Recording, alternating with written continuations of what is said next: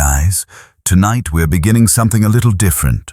A quiet journey into a Zen story that carries you gently toward rest. Imagine yourself at the edge of a sleepless night where your thoughts buzz louder than they should. Bills, deadlines, memories of awkward conversations, each one pushing you further from peace. You know the feeling. It's like your brain insists on pulling an all-nighter even when your body begs for sleep. Honestly, if sleeplessness were an Olympic sport, you might just be heading for gold. You probably couldn't survive like this forever, and that's exactly why this story may feel like a lifeline. So, before you get comfortable, take a moment to like the video and subscribe, but only if you genuinely enjoy what I do here. And I'd love to know, drop a comment telling me your location and the local time right now. It's always amazing to see how far this community stretches across the map. Now, dim the lights. Maybe turn on a fan for that soft background hum. And let's ease into tonight's journey together. John was restless, walking the city streets with that tight, unsettled feeling in his chest. He couldn't stop comparing himself to the animals he passed by. A dog sniffing calmly at a lamp post, a bird perched unbothered on a wire. They looked free. They looked peaceful. He wondered, almost bitterly, if maybe the animals had it better than humans. And just as his thoughts grew darker, fate decided to nudge him forward, literally. Someone bumped into him hard from the side. Unexpected collision. The night air was cool, carrying that faint smell of rain-soaked concrete. John, still lost in the storm of his own thoughts, barely noticed the rhythm of his steps. His mind was chewing on the same bitter comparison.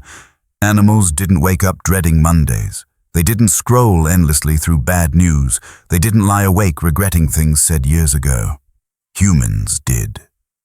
He sighed, shoulders slumped, the weight of invisible burdens pressing him down. Then, out of nowhere, bam. A sharp jolt. Another body collided with his, hard enough to snap him out of his head. "Hey! Watch where you're going," the stranger barked, voice tight with irritation. He was stocky, middle-aged, with the kind of energy that suggested he'd been in a hurry long before John ever showed up. His words came out like punches. "You charging forward like a bull or something? You blind?" John blinked, startled, then felt a laugh bubble up that wasn't really funny. "I wish I were a bull," he said, voice flat but tinged with bitterness. "At least then I wouldn't have to deal with being human."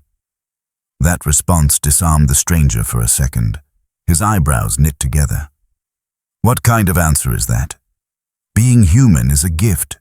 Don't you realize what a rare thing it is to be alive, to think, to feel? But John only shook his head, a crooked smile tugging at his mouth. A gift? More like a curse. Have you ever seen a dog lie awake at 3 a.m. worrying about his future? Have you ever seen a bird betray another bird just to get ahead at work? Have you ever seen a cat drown in regret over its past mistakes? No, they live simply. They're free. We're the ones chained to our own minds. The stranger's anger faded, his posture softened, his tone lowered. "You sound exhausted, hurt. Like you've been carrying something heavy for a long time." John didn't deny it. He didn't need to. The silence between them carried more truth than words could. The man exhaled, then said quietly, "Look, I don't know all the answers, but I do know someone who might. There's a teacher I once met, a man people go to when they've run out of options. I can't explain exactly what he does, but everyone who comes back from meeting him says the same thing. They leave lighter, like they've set their burdens down." John's eyes narrowed with suspicion. "A teacher? You mean some guru? Some self-help guy with a podcast and a merch line? I've met those types. None of them helped." The stranger shook his head. "No, not that kind of teacher. He doesn't sell anything. He doesn't promise magic. He just listens, and somehow he shows people a way through their pain. I don't know how, but I've seen it happen." For the first time all evening, something flickered across John's face curiosity. It wasn't hope, not yet, but it was the spark of what if, a tiny opening in the wall he had built around himself. The city hummed around them. Car, tires splashing through puddles, a siren far off, neon lights buzzing overhead. John rubbed his forehead, suddenly aware of how tired he was. Not just physically, but deep down. "And where do I find this teacher?" he asked. The stranger gave a small smile, the kind people give when they've been waiting for someone to finally ask. "Not far, but you'll have to go to him. He won't come to you."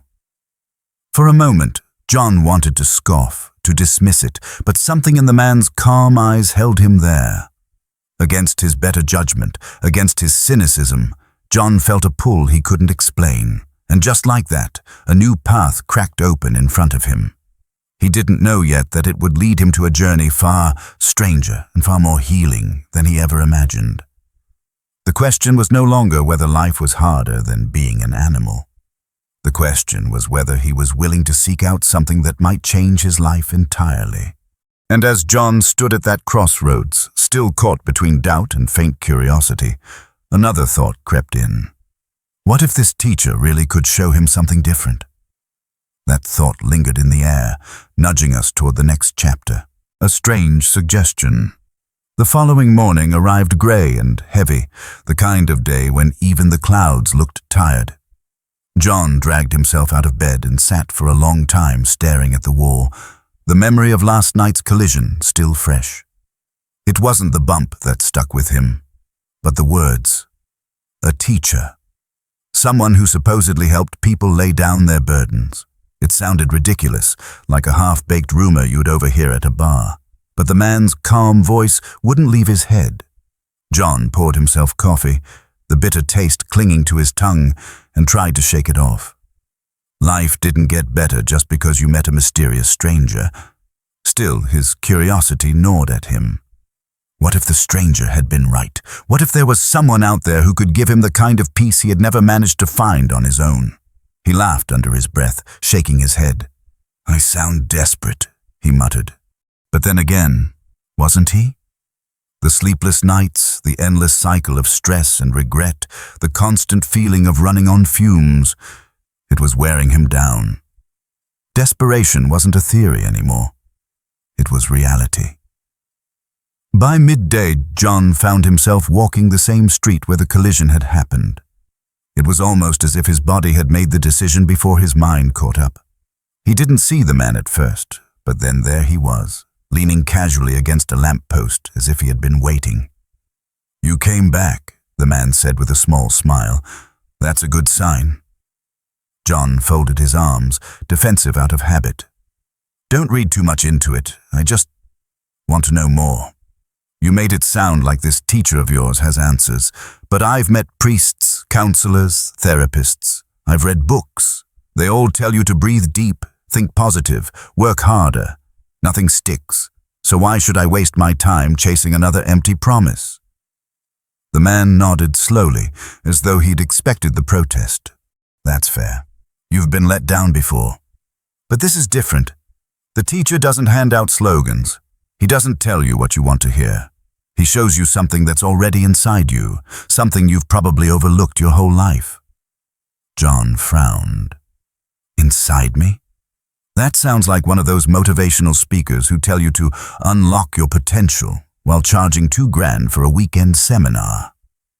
The man chuckled. "No, nothing like that. There are no tickets, no sign-up sheets, no merch table, just a walk. 3 days' journey from here. And at the end of it, if you're willing to listen, you might see things differently." 3 days. John nearly choked on the words. "You're telling me I have to walk for 3 days just to meet this guy?" "Not just a guy," the man said, his expression serious now. "A teacher. And yes, it takes time. But isn't that what makes it worthwhile? If it were as easy as scrolling through a feed, wouldn't you have solved your problems by now?" That question landed harder than John expected.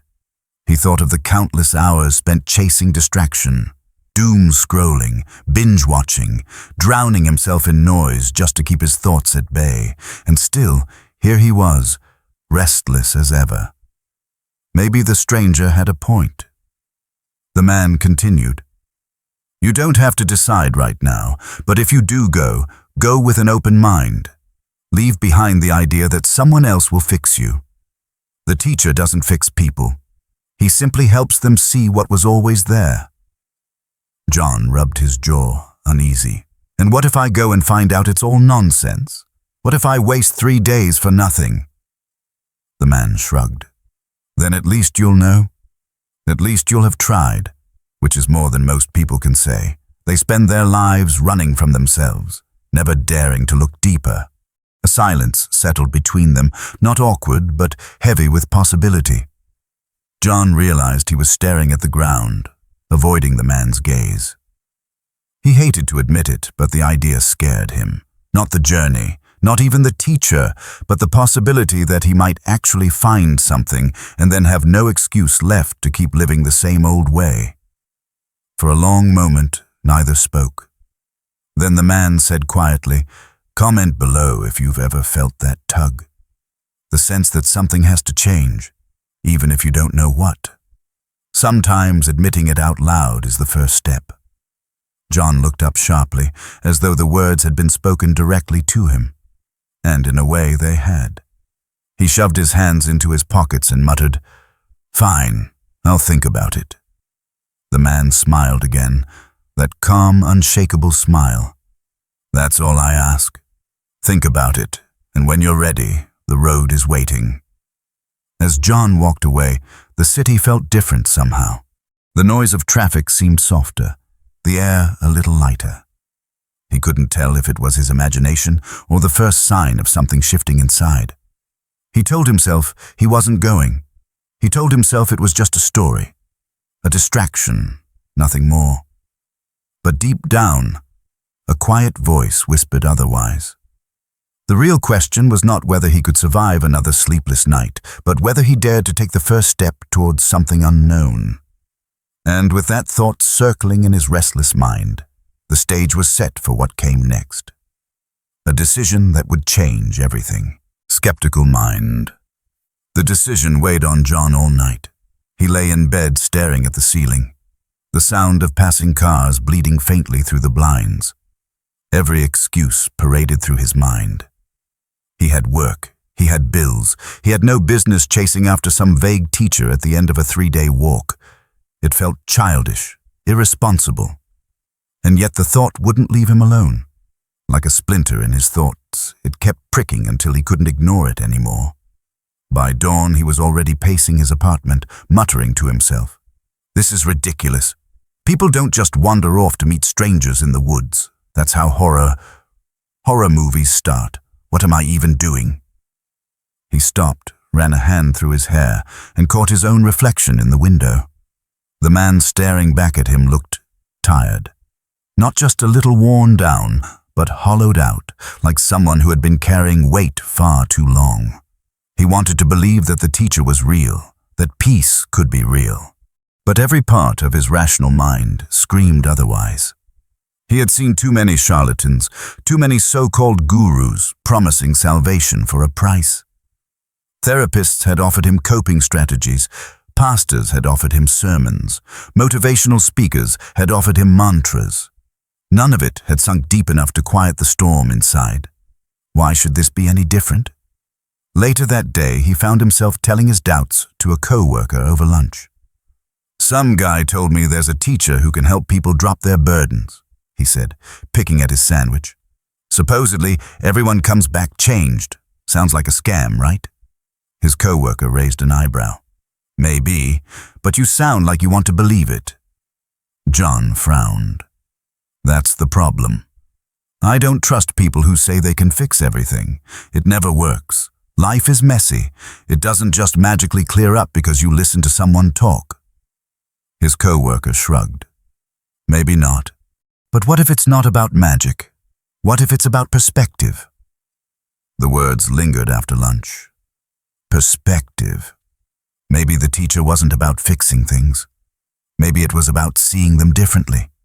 John didn't know if that was enough. He wanted relief, not philosophy. He wanted rest, not riddles.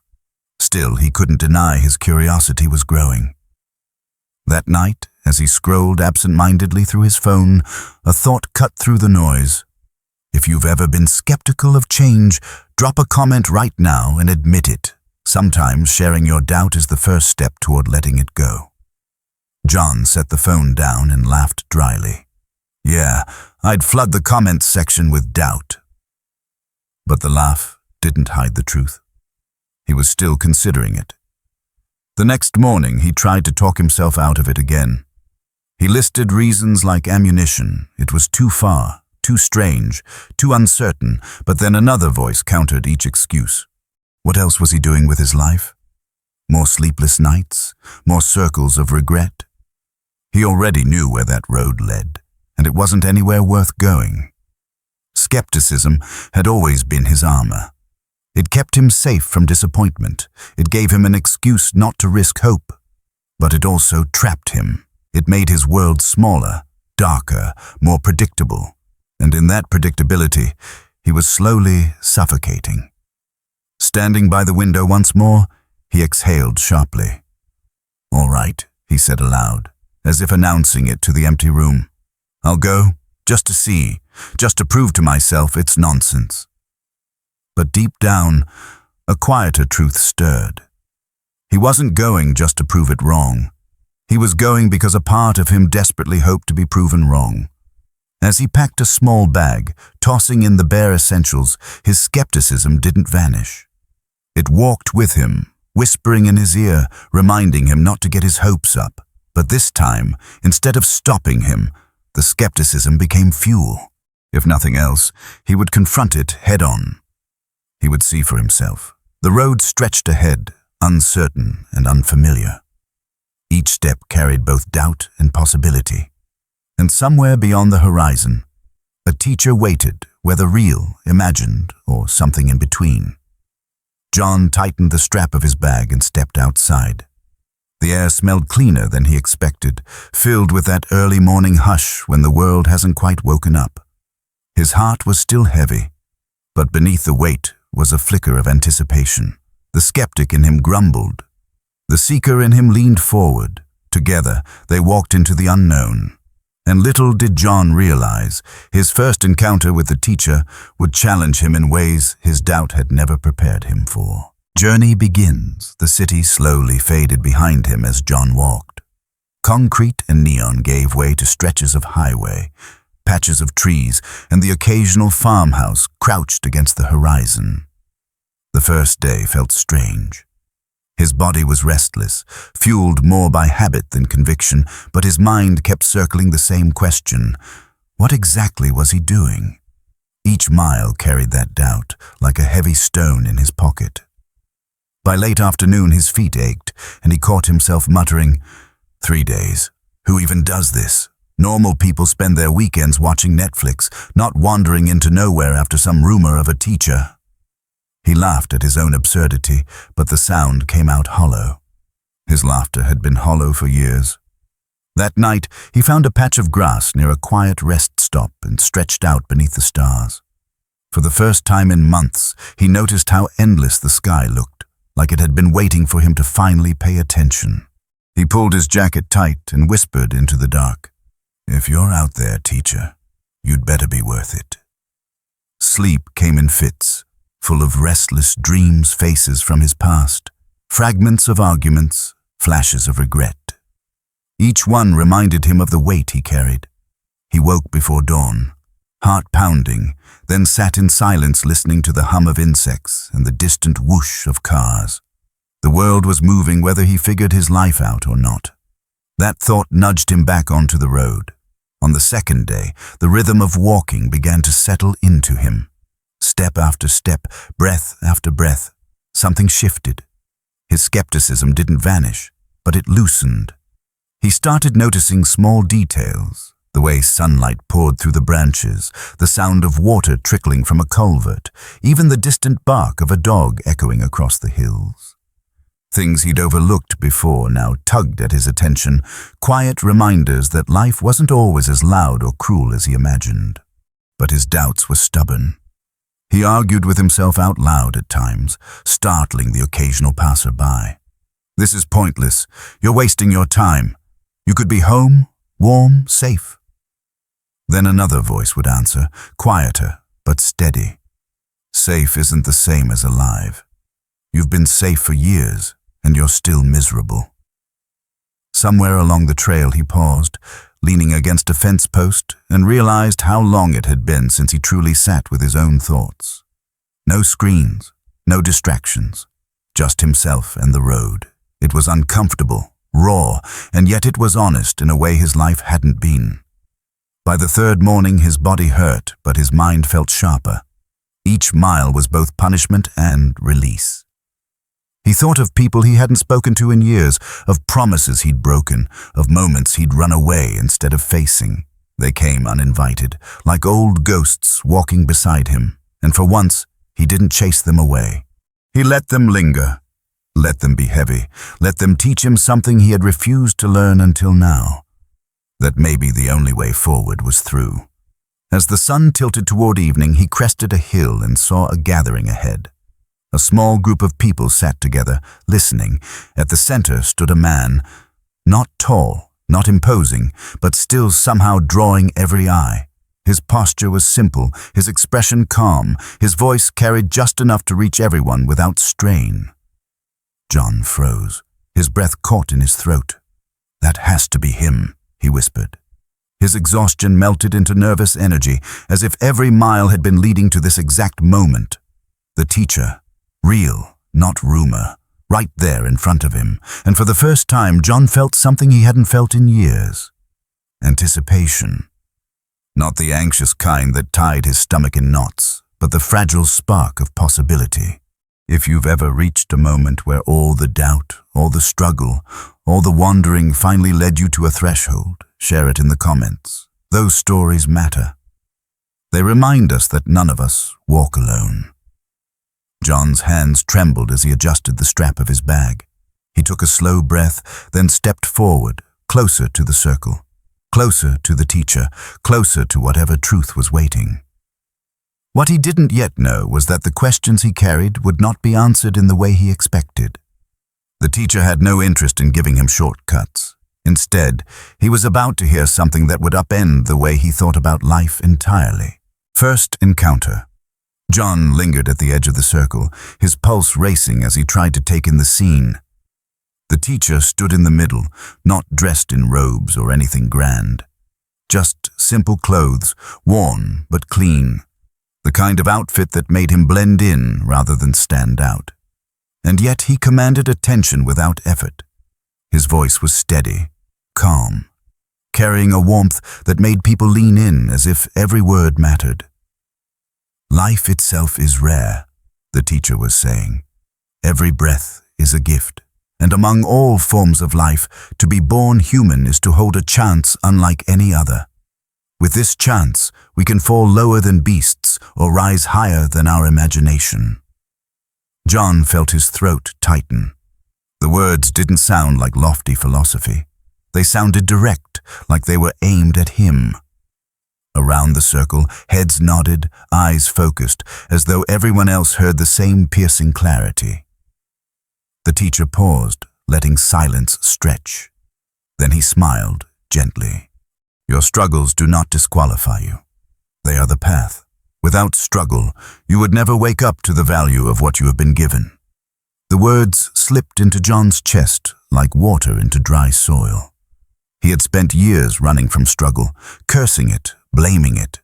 Could it really be the very thing that held the key? He shook his head quickly, as if trying to clear the thought. He didn't trust easy answers. When the talk ended, the crowd slowly dispersed. Some lingered, whispering to each other, while others walked away quietly, carrying whatever they had heard.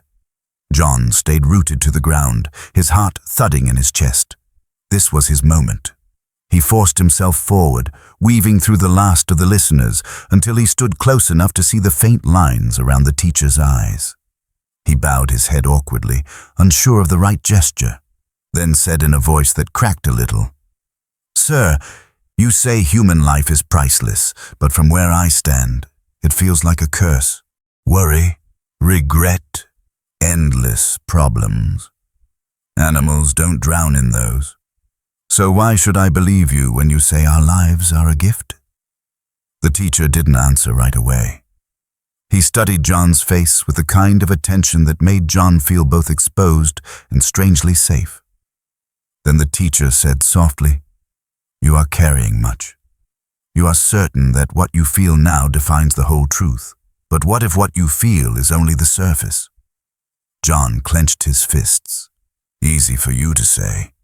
You don't know what it's like to lie awake at night, thinking your life is nothing but one mistake after another." The teacher's eyes glimmered with something between compassion and amusement. "Do you think I have never known nights like that? Do you think peace comes from avoiding them? No, peace comes when you stop running, when you turn toward the storm instead of away from it." John swallowed hard. He wanted to argue, but the words caught in his throat. He realized he had never met anyone who spoke of pain without judgment, without rushing to fix it, without shame. The teacher's voice didn't deny his suffering. It acknowledged it, then gently reframed it. "If you've ever felt like John," the teacher said, turning his gaze toward the larger silence as if speaking to an unseen audience, "know this. The weight you carry is not proof that you're broken. It's proof that you're alive. Share in the comments one burden you're ready to set down tonight. Writing it can be the first small step." John froze. It was uncanny, almost as if the teacher had reached into his mind. For a moment he wondered if he should turn around, leave, before he got pulled in deeper, but something in him whispered to stay. He exhaled shakily. "Then tell me," he said, his voice quieter now. "If all this struggle is supposed to mean something, what exactly am I supposed to do with it?" The teacher's smile returned, subtle and calm. "That is not a question answered in a single conversation. It is a path. If you are willing, I can point you toward it. But you must walk it." John felt both frustration and relief wash over him. No easy fixes, no quick relief, but also no lies. Just the hint of a road he hadn't yet seen. As the sun dipped lower, painting the sky in muted orange, John realized he was standing on the edge of a new chapter. He didn't know where it would lead, but he knew he had to keep listening, and what came next would test his certainty even more, as the teacher began to draw lines between humans and animals in a way John had never considered before. Questioning life. John stood there, shifting his weight from one foot to the other, the question swelling inside him until it finally spilled out. His voice cracked with the weight of it. "You keep saying life is priceless, that being human is special. But what exactly makes it so? From where I'm standing, all I see is pain. We wake up to deadlines, to bills, to disappointment. We stay up at night worrying about what we've done wrong, what's waiting around the corner. You call that a gift? Animals don't torture themselves with regrets. They don't stay awake replaying conversations from years ago. They just live. Isn't that the better life?" The teacher didn't flinch. He folded his hands together and let the silence stretch between them. The pause itself was disarming, as though he was giving John's anger room to breathe instead of trying to smother it. Finally, he spoke. "You see worry as proof that life is cursed. But worry is only the surface of the water. Beneath it, something far greater waits. You ask what makes life valuable? It is precisely this. The capacity to ask your question." John blinked. "What's that supposed to mean?" "The dog you envy does not stay awake replaying his mistakes," the teacher said gently. "But he also cannot reflect. He cannot ask why he suffers or what meaning it might hold. You, however, can. That is not a curse. It is a doorway." The words stung. John wanted to laugh them off, to dismiss them as mystical riddles, but something in him resisted. The teacher's tone was too steady, too calm, like someone who had walked through his own storms and come back to tell the tale. "You don't understand," John said, his voice rising. "You don't know what it's like to feel crushed under it all, to wake up every day already exhausted, already bracing for the next problem. If being human is such a gift, why does it feel like a punishment?" The teacher's gaze didn't waver. "Because you are still fighting your own life as though it is the enemy. When you call a blessing a curse, you close the door to its value. You see struggle as proof of failure. I see it as proof of possibility." The words hit like a quiet hammer. John opened his mouth, then closed it again. He felt a lump rise in his throat, a mix of anger and grief. All his life he had measured himself by how well he avoided struggle, how quickly he escaped discomfort, and here was someone telling him that the very thing he ran from might be the key. The teacher let the silence return, giving the moment space. Around them, the last of the crowd drifted away, leaving only the faint hum of evening crickets. The quiet was almost unbearable. Finally, the teacher spoke again, softer this time. "If you've ever felt the weight John describes, you are not alone. Write in the comments one thought that keeps you awake at night. Putting it into words may feel small, but it is a first step in loosening its grip." John swallowed, his jaw tight. "You really think all this worrying, all this pain, means something?" The teacher nodded. "It means you are alive. It means you are awake enough to see your suffering. The beast that does not question cannot rise. The human who questions has the chance to rise above even his own suffering." The statement echoed inside John like a bell. Part of him resisted, clinging to cynicism, but another part, the part that had carried him here through 3 days of walking, leaned in. He felt the tension between his doubt and his hope like 2 ropes pulling him in opposite directions. The teacher smiled faintly, as if sensing the battle inside him. "You are closer than you think, John, but the path requires more than questions. It requires courage to hear the answers." John exhaled shakily, rubbing his temples. He wanted to argue, but his words felt thin compared to the calm certainty standing in front of him. He realized, with a shiver, that his life might never look the same after this conversation. As the last light of evening faded, John felt the ground shift beneath him. His question had opened a door, and the teacher had not shut it. Instead, he had pointed John toward it, and stepping through that door would demand more honesty than John had ever given himself. What came next was not going to be easy. The teacher was about to speak of struggle, not as punishment, but as the very path forward. And John would have to decide if he was ready to hear it. Teachers smile. The evening light softened, casting a warm glow across the clearing where John and the teacher now stood almost alone. John's face was still tight with frustration, his body carrying the tension of years spent fighting against everything he could not control. He expected the teacher to argue with him, to throw back another clever phrase, but instead, the teacher simply smiled. It wasn't the kind of smile that dismissed him or mocked his pain. It was quiet, steady, the kind of smile that suggested the teacher had already seen every storm John thought was unique. A smile that said, "I understand, even before you finish your complaint." The silence stretched, and John grew restless. "Why are you looking at me like that?" he asked, almost defensive. The teacher answered gently, "Because I see the way you've been running. You believe your suffering is proof that life is against you. But suffering is not the enemy. Running is." John blinked, caught off guard. "Running? You think I've been running?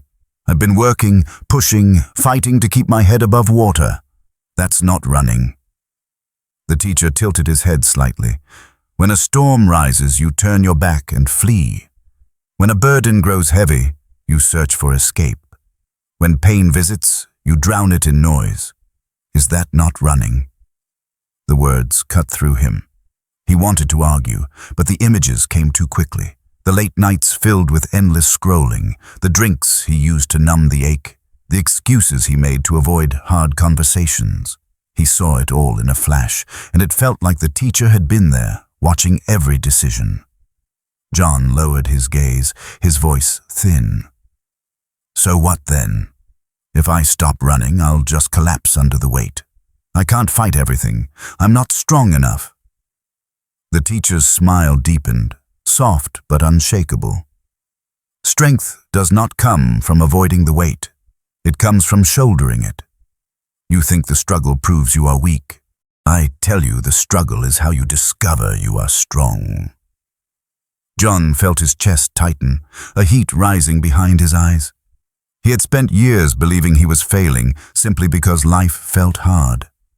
Now this man stood calmly in front of him, telling him that the hardness itself was not proof of failure, but the very evidence of living. The teacher let the silence linger again. The crickets sang their nighttime chorus. The wind stirred through the leaves. The whole world seemed to lean in on this pause. Finally, the teacher spoke again. If you're listening now, wherever you are, I invite you to breathe. Just one slow breath, in and out. Notice the way the air feels in your chest. Comment below if you felt even a moment of calm in that breath. Sometimes peace begins in places smaller than we imagine. John followed almost without realizing it, pulling in air and releasing it. For a brief second, his shoulders dropped, the tension easing. Then he caught himself, shaking his head. It's not that simple. One breath doesn't erase everything. The teacher chuckled softly. No, it does not erase. But it reminds. You cannot erase life. You can only meet it, one breath at a time, one step at a time. The words sank into John like pebbles dropped into deep water, rippling outward. He felt embarrassed by the sting of tears at the corner of his eyes. He quickly brushed them away, but the teacher noticed and did not comment. The smile never wavered. For John, that smile became both comfort and challenge. It said, I see your pain, but it also said, I believe you can bear it. No one had ever looked at him like that. Most people saw his bitterness and pulled back. This man leaned closer. John finally asked, quieter now, what if I can't do it? What if I face the struggle and it breaks me? The teacher's eyes softened even more. Then it breaks you open. And what spills out will not be the end of you, but the beginning. John inhaled sharply, almost trembling at the thought. Something in him wanted desperately to trust those words, but another part of him still resisted. He was caught between two worlds, the old one built on doubt and escape, and a new one he could barely glimpse through the cracks. The teacher's smile lingered, patient as though time itself were in no hurry, and in that moment John understood that the teacher would not rush him, would not shove him forward. The path was there, but he had to choose it himself. As the night deepened, John realized his life had tilted. He could no longer pretend he hadn't heard the words. He could no longer run in the same circles pretending ignorance. The teacher had planted something inside him, something that would not easily die. And what came next would press even harder on his restless mind, because the teacher was about to draw a picture of the animal world, not to diminish it, but to reveal a mirror John had never dared to face. Struggles of beasts, the teacher turned his gaze toward the darkening horizon, as if the answer to John's unspoken questions lived somewhere out there, hidden among the trees and the deepening night. Then he said, calmly but firmly, you believe the animals are free, John. You see them as untouched by the burden you carry. But you are only looking at the surface. Watch closely, and you will see their lives are nothing but struggle from the moment they take their first breath.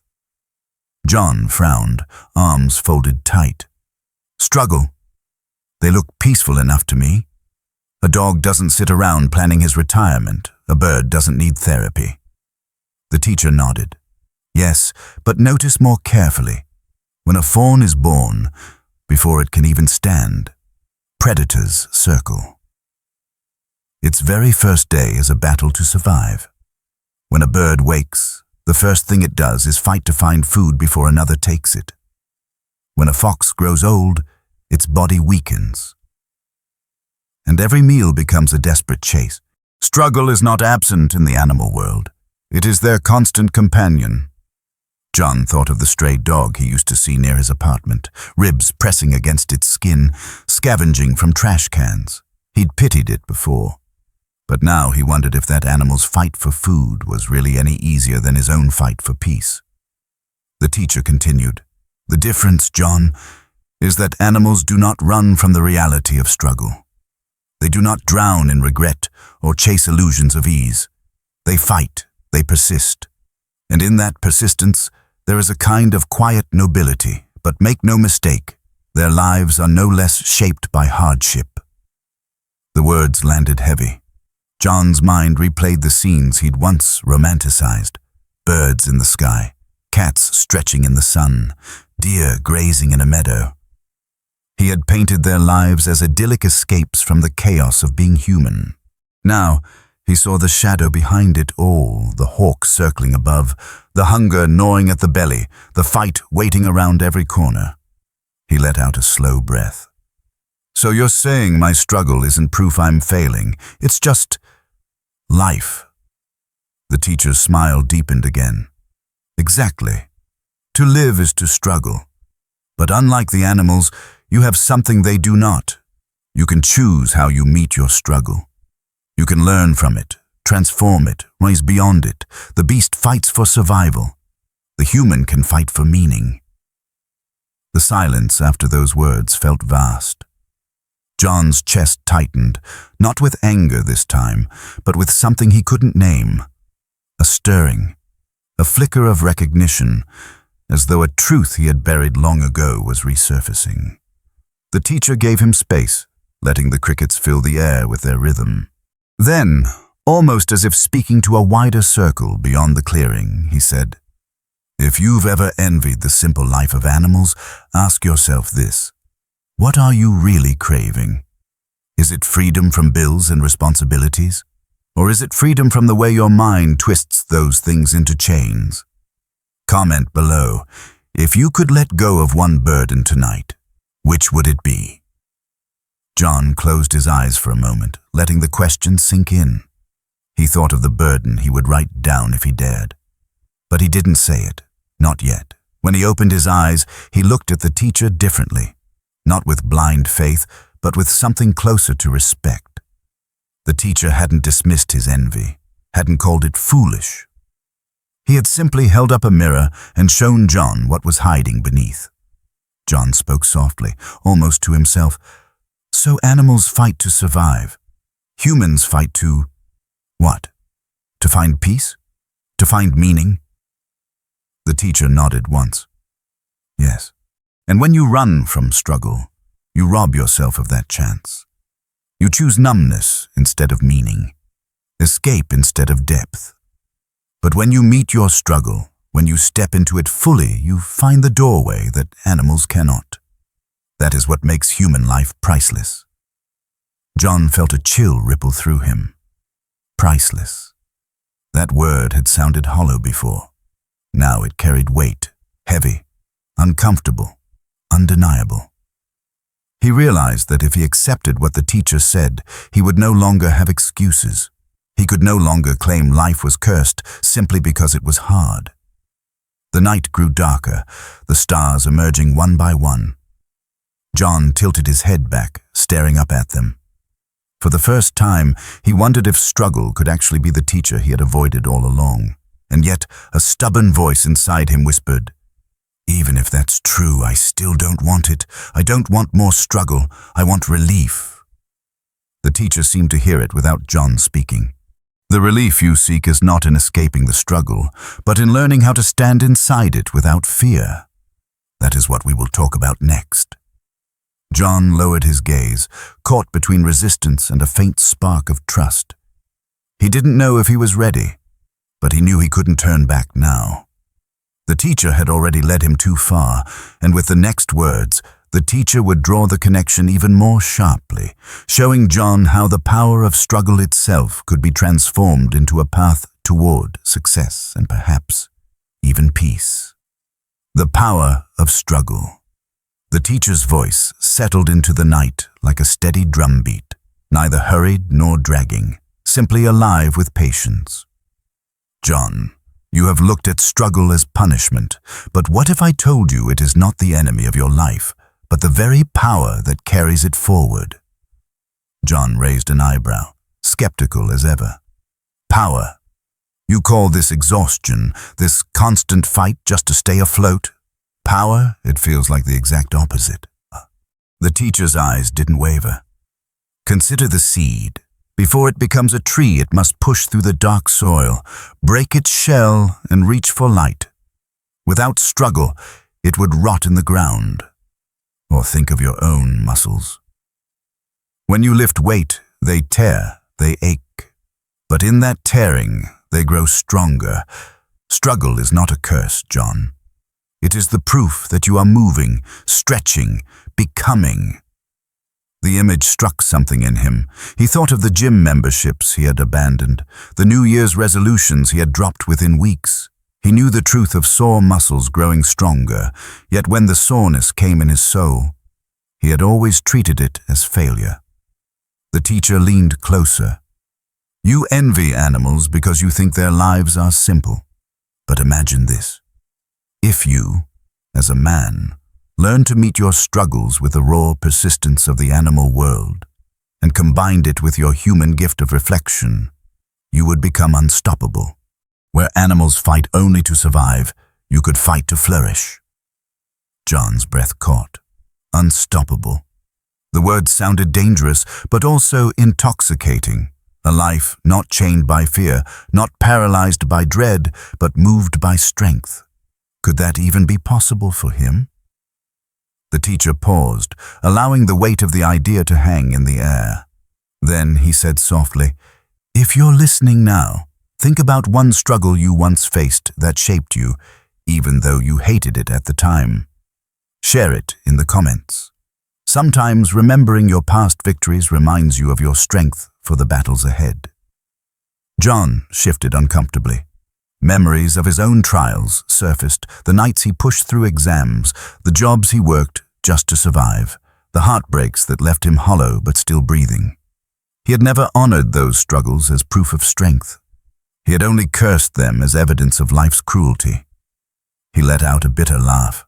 "So you're saying I should thank my struggles? Bow down to them like they're some kind of gift?" The teacher shook his head gently. "Not thank them as masters, but acknowledge them as companions. They walk with you whether you choose or not. The question is, do you walk blind and afraid, or do you learn to walk with your eyes open, turning every burden into a source of power?" John stared at him, silence stretching. He could almost feel the edges of his old worldview cracking, like thin ice beneath heavy boots. If struggle was not proof of failure, then what excuse did he have left? If struggle was power, then maybe, just maybe, his life had not been as wasted as he thought. The teacher looked at him with that same calm smile. This is why human life is priceless. Not because it is free of hardship, but because hardship can be transformed. A beast endures, a man can transcend. John swallowed, his throat dry. He didn't know whether to feel relieved or terrified.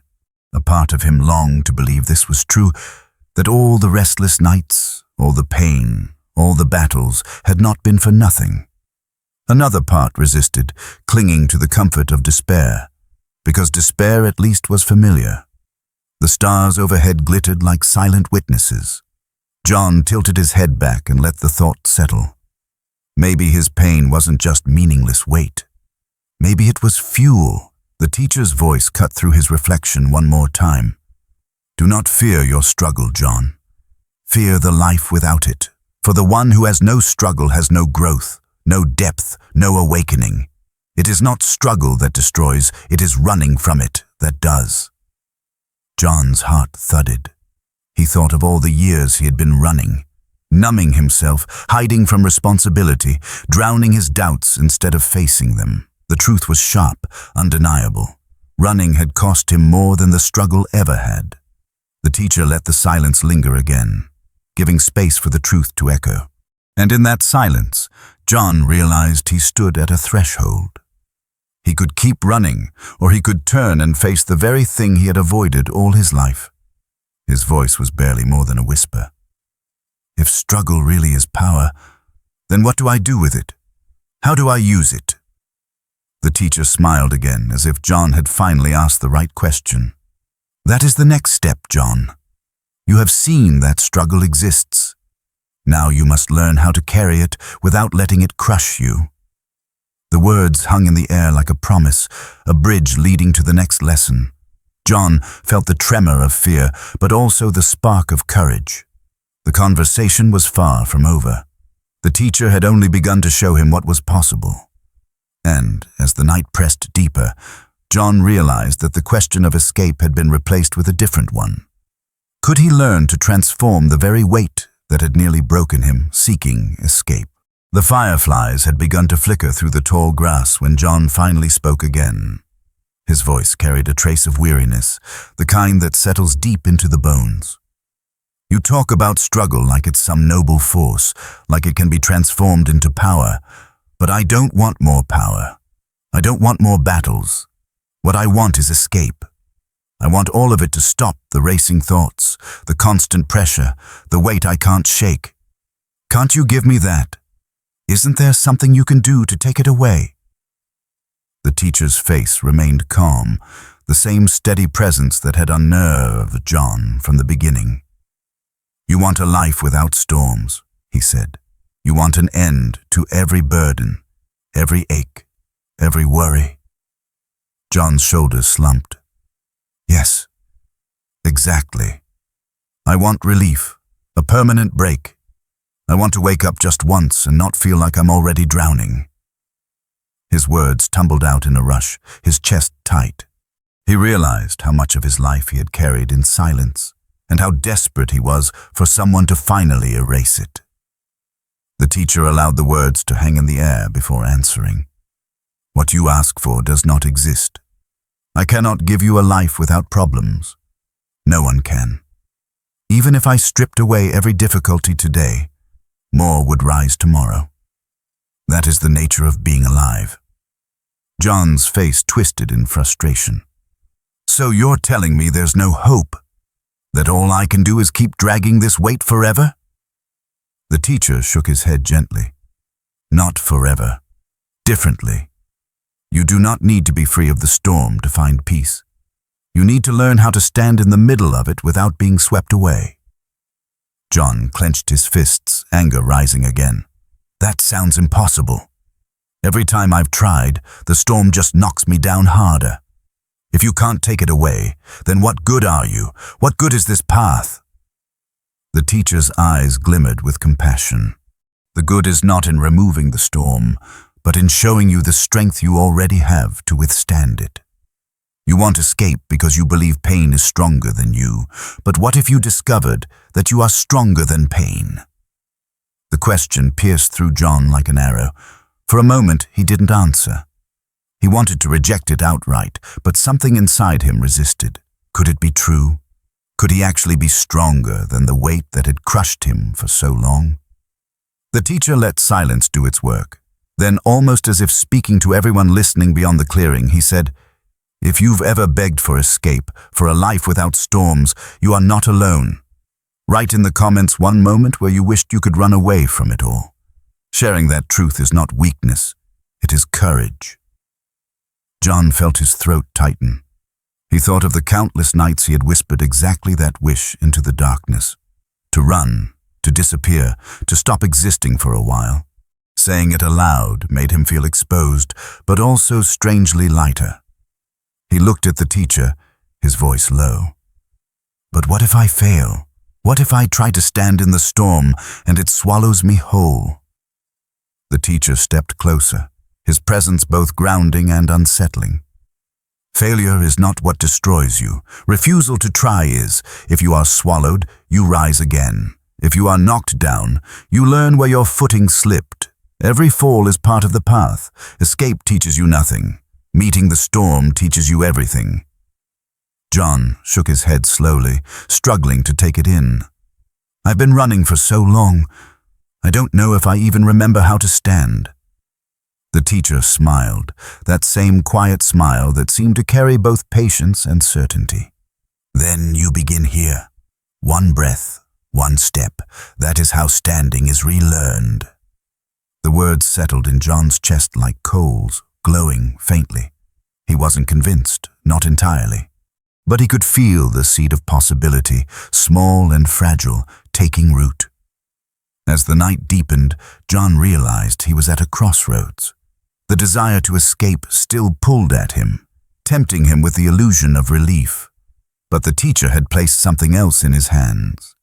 The idea that maybe, just maybe, he could endure instead of run. And in the next exchange, the teacher would offer him not escape, but a glimpse of the path to peace, a peace hidden not in the world outside, but in the quiet depths of his own being. Path to peace. The clearing grew quieter as the night deepened, the air heavy with the sound of crickets and the faint rustle of leaves. John sat down on a flat rock, his body weary from the 3-day walk and his mind even more tired from the endless wrestling with his own thoughts. He looked up at the teacher, eyes dark with a mixture of desperation and faint hope. If you can't give me escape, then give me something. Tell me there's a path that leads to peace. Tell me there's a way to stop feeling like every day is just another weight strapped to my back. The teacher lowered himself to sit across from John, the fireflies flickering softly around them like tiny lanterns. His voice was calm, steady, and carried no trace of hurry. Peace does exist, but not in the way you imagine it. You think peace means the absence of storms. In truth, peace is learning to be still even while the winds roar around you. John frowned. That sounds poetic, but it doesn't help me at 3 in the morning when my chest feels like it's caving in and my mind won't stop spinning. The teacher nodded. That is because you keep searching outside yourself for quiet. You want the world to calm before you do, but the truth is the opposite. When your mind settles, the world begins to follow. Peace is not found in escape. It is found in the center of your own being. John stared at him, frustration sparking again. How am I supposed to find something inside me when everything inside me feels broken? I've tried meditating before. I've tried breathing exercises. It just makes me more aware of how restless I am. The teacher smiled faintly. You are like a man standing at the edge of the ocean, staring only at the waves. You see the surface, wild and crashing, and you assume the whole sea is chaos. But if you dive deeper, even a few feet, you find stillness. That stillness is already there within you. You do not create it, you uncover it. The image struck John. He had seen the ocean before, had watched waves crashing violently against the shore, and never once thought about the calm hidden beneath. The idea that the same calm might exist within him unsettled him as much as it comforted him. The teacher let the silence stretch again, as though he wanted John to feel the depth of that image.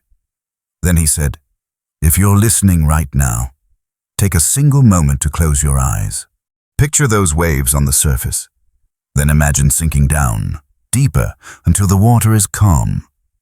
Write in the comments what that image feels like to you. Sometimes the act of naming stillness makes it more real. John closed his eyes briefly, against his own skepticism. He pictured waves thrashing, and then he pictured sinking.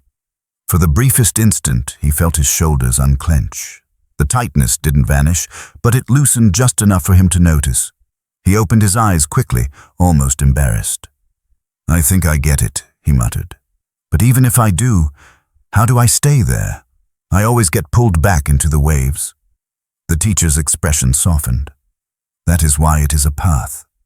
Peace is not a single step. It is many. Some days you sink quickly into stillness. Other days, the surface pulls at you and you feel tossed about, but every return strengthens you. Every return reminds you where home is. John tilted his head, uncertain. Home? You're saying peace is home? The teacher nodded once. Yes. Not Not a place outside you, not a destination in the world, but the home of your own heart. You have been homeless within yourself, wandering restlessly, looking for shelter in the wrong places. It is time to return. John's chest tightened again, though not entirely from resistance this time. He thought of the nights spent wandering his apartment, the emptiness he felt even in familiar rooms. The word home stirred something he couldn't put into language, a longing that ran deeper than his anger. He rubbed his hands over his face, exhaling. So if that stillness is inside me, what do I have to do to reach it? The teacher's eyes glimmered with that quiet certainty again. You do not reach it by fighting the waves. You reach it by learning to let them rise and fall without losing yourself in them. The practice is simple but not easy, and it begins with the courage to stop running. John sat there, silent, the sound of night pressing around him. For once, he didn't feel the need to fill the silence with argument. The teacher's words were not a promise of escape, but something heavier and truer, a map to a kind of peace he had never considered possible. As the crickets sang and the stars thickened overhead, John felt that fragile seed of possibility stir again. He wasn't ready to claim it, but he knew he couldn't ignore it anymore, and the teacher was not done. The path to peace would grow clearer with each step, and the next lesson would push John even further, showing him that the desire he thought was weakness might actually be the most powerful force in the world. The hidden ocean. The teacher leaned back slightly, as though the earth itself was his chair, and let his gaze drift upward to the wide expanse of stars. His voice softened, but carried an unmistakable weight. John, let us return to the ocean. You have seen its surface, the relentless waves, crashing, foaming, unpredictable. That is your mind as you know it now, always restless, always surging. But beneath the surface lies a truth you have not yet trusted. Beneath it lies stillness, a vast, hidden ocean of calm. John ran a hand over his face, exhaling hard. I've heard things like that before. People say, go deeper, or find your center, but when I try, all I feel is noise. The waves are too loud. I sink for a moment and then get thrown back up again. The teacher nodded, unbothered. Yes, because you fight the waves. You think you must silence them, and when they will not quiet, you despair. But the practice is not to silence them. It is to notice they are not all there is. You are more than the surface. You are also the depths. The words sank into John like drops of water onto dry earth. He wanted to believe them, but doubt clawed at him. He muttered, if that stillness is really there, why can't I feel it? The teacher turned his eyes toward him, steady as the moonlight. Because you keep measuring stillness with noise. You are like a man staring at the ocean during a storm and declaring, there is no calm water anywhere. But the storm is only on the surface. Dive deeper, and you find what was always waiting. John swallowed, his throat dry. A memory came to him unbidden years ago, on a family trip, standing waist-deep in the sea. He remembered the panic of waves battering his chest, the salt burning his eyes. But when he ducked under, holding his breath, he found silence. Just a muffled hum, the water cool against his skin, the world above forgotten. For a fleeting second, he had known the very calm the teacher described. He had forgotten that moment until now. The teacher must have seen the flicker in his eyes. You remember, he said simply. John nodded slowly. I think I do. The teacher's smile deepened, quiet and patient. That memory is not imagination. It is proof. The calm within you is no less real than the calm within the sea. But you must be willing to dive, again and again, even when the surface pulls hard at you. John's chest ached. He whispered, and what if I drown? The teacher shook his head. You cannot drown in your own depths. You drown only when you thrash against the waves. If you let yourself sink into stillness, even for a breath, you will find you can breathe there in a way you never imagined. The silence between them stretched. The night felt thicker, the stars brighter, as though the world itself leaned in on this fragile truth. Then the teacher's voice reached outward, as if speaking to every restless soul listening beyond the clearing. If you've ever felt trapped at the surface, tossed by waves of thought, take a breath with me now. Close your eyes. Picture sinking beneath the noise. If that image brings you even a flicker of calm, write it in the comments. You may find that naming it is the first dive. John followed reluctantly, closing his eyes, picturing again that memory of sinking below the water. His jaw unclenched, his shoulders eased just slightly. For a heartbeat he felt it, the hidden ocean, quiet and vast. He opened his eyes quickly, unsettled by how real it had felt. "I don't know if I can trust this," he admitted. "It's like it's there one moment, then gone the next." The teacher replied gently, "The ocean does not vanish just because you rise to the surface. It is always there. The question is not whether it exists. The question is whether you will learn to return." John sat in silence, fighting both hope and fear. He realized that if what the teacher said was true, then the peace he longed for was not a prize to be found in the world, but a depth he had carried all along. That thought was both comforting and terrifying. The teacher's eyes glimmered in the dim light. "This is the beginning of the path to peace, John. But the path does not end with stillness. There is another force inside you, one even stronger, that guides every choice you make. And until you understand it, peace will always feel just out of reach." John frowned, wary. Stronger than struggle? Stronger than stillness? The teacher nodded once. Yes. Stronger than kings, stronger than storms, stronger than even death itself. The force of desire. John felt a chill at the word. Desire. It had ruled so many of his choices, and not often for the better. He braced himself, sensing the next lesson would cut even deeper than the ocean. The desire within. The teacher's eyes seemed to search the night sky as he spoke, his voice carrying the weight of something John wasn't sure he was ready to hear. Desire, John, is the most powerful force in this world. More powerful than the might of empires, stronger than the claws of beasts. Desire shapes lives, bends nations, builds and destroys in the same breath. John gave a half smile, tired and skeptical. "You're telling me desire is stronger than a king? That it rules the world? Sounds like the kind of thing you'd read on a motivational poster." The teacher didn't flinch. "Think carefully. What drives a king to conquer? What drives a worker to labor? A parent to sacrifice? An addict to return to his chains? It is not power, not fear, not even love in its purest form. It is desire. Every action you have ever taken has been born from wanting." The words hit harder than John expected. He thought of the jobs he had chased, the relationships he had clung to, the nights he numbed himself just to feel a little lighter. All of them were rooted in desire, desire to be seen, to be safe, to be free of pain. The teacher leaned forward slightly.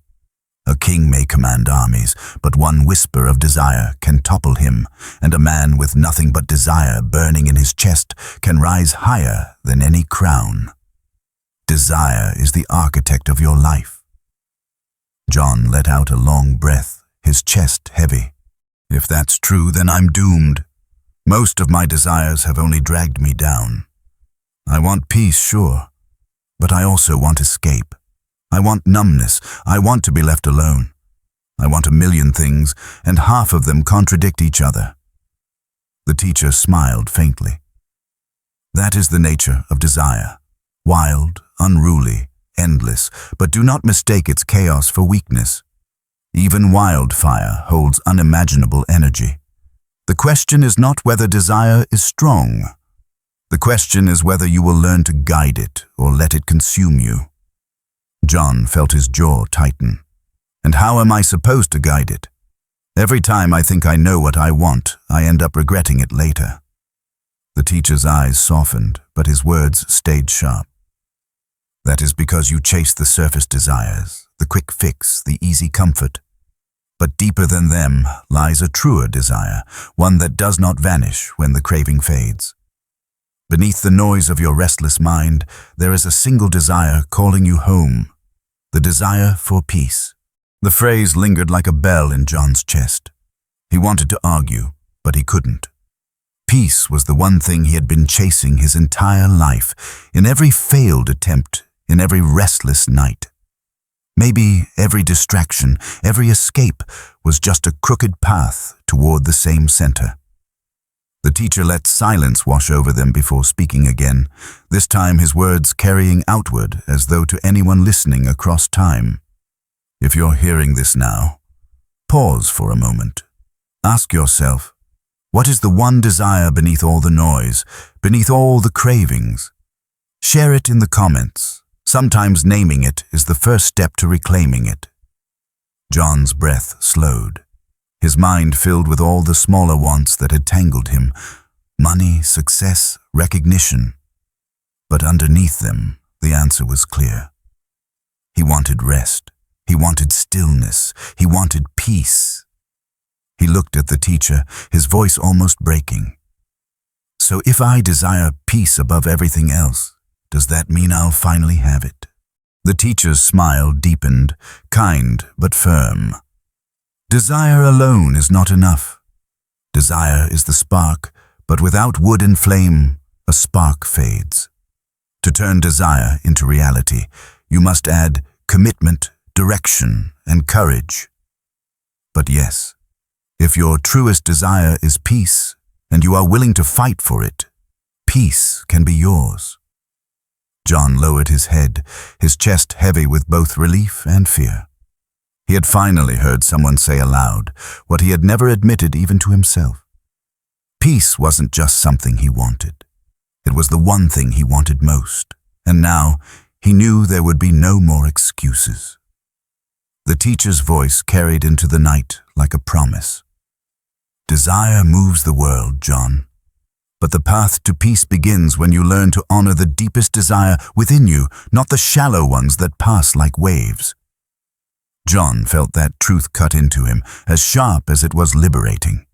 For the first time he realized that his life, broken and restless as it was, had always been ruled by desire. And maybe, just maybe, it was time to choose which desire would lead him. But even as the thought settled, another question rose, stubborn and uneasy. If desire was so powerful, then what of those who already had everything? What of the kings, the emperors, the rulers? Did desire rule them too? The teacher seemed to sense the question before John voiced it, and with a calm tilt of his head, he prepared to speak of emperors and illusions, to show John that even crowns and kingdoms bow to desire. The emperor's illusion. The teacher's eyes grew distant, as if he were watching a story unfold in the sky above them. His voice lowered, deep and steady. "You asked about kings, John. You asked if those who seem to have everything are free of desire. Listen closely. Even the greatest emperor is not free. In truth, he is its prisoner." John tilted his head, skeptical but intrigued. "Prisoner? An emperor commands armies, commands wealth, commands the lives of millions. How could someone like that be a prisoner?" The teacher turned his gaze back to him, calm and unwavering. "Because the chains of desire are invisible, but they are tighter than iron. Imagine an emperor on his throne. He has gold, food, servants, soldiers. Yet he desires more land, more power, more people bowing at his feet.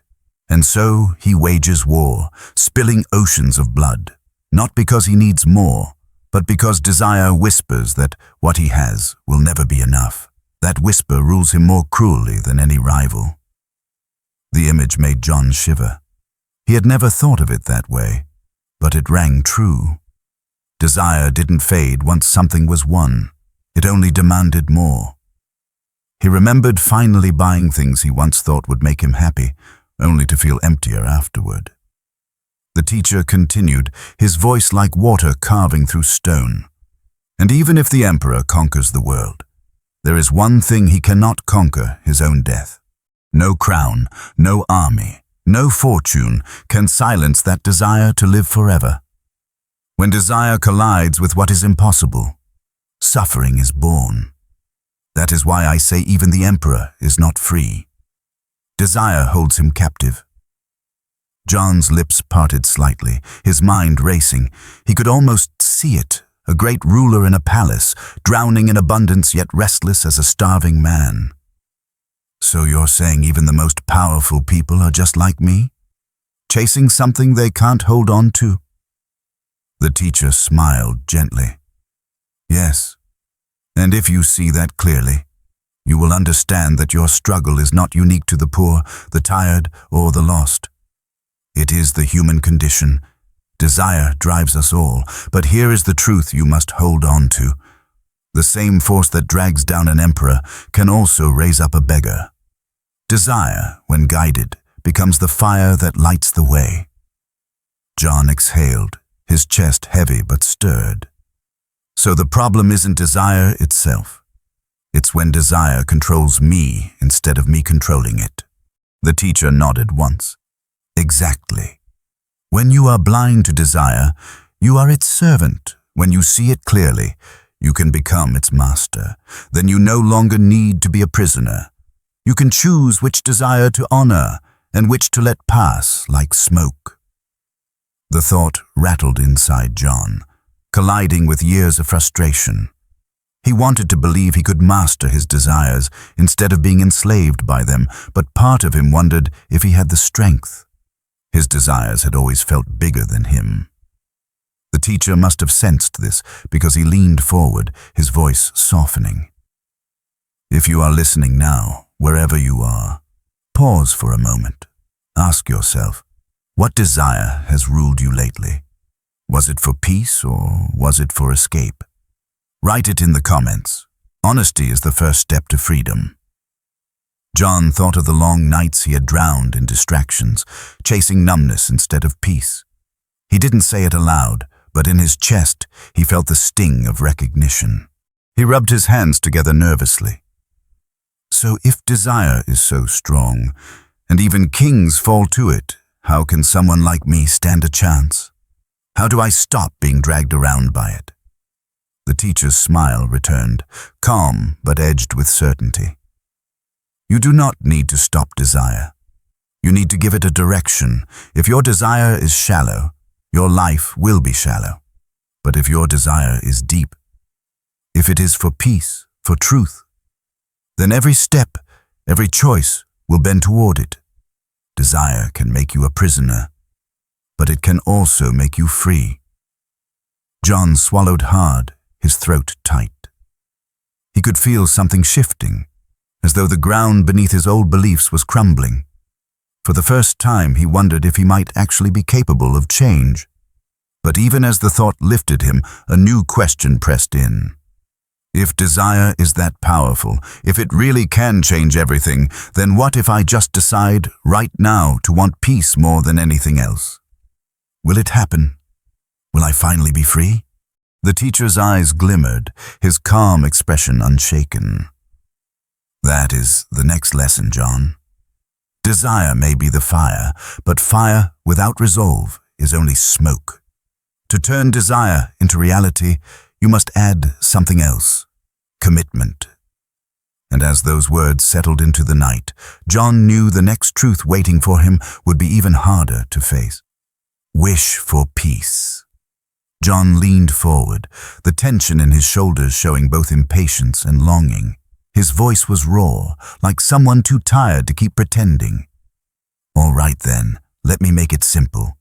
I want peace, that's it. No more games, no more illusions. I don't care about wealth or success or whatever other people chase.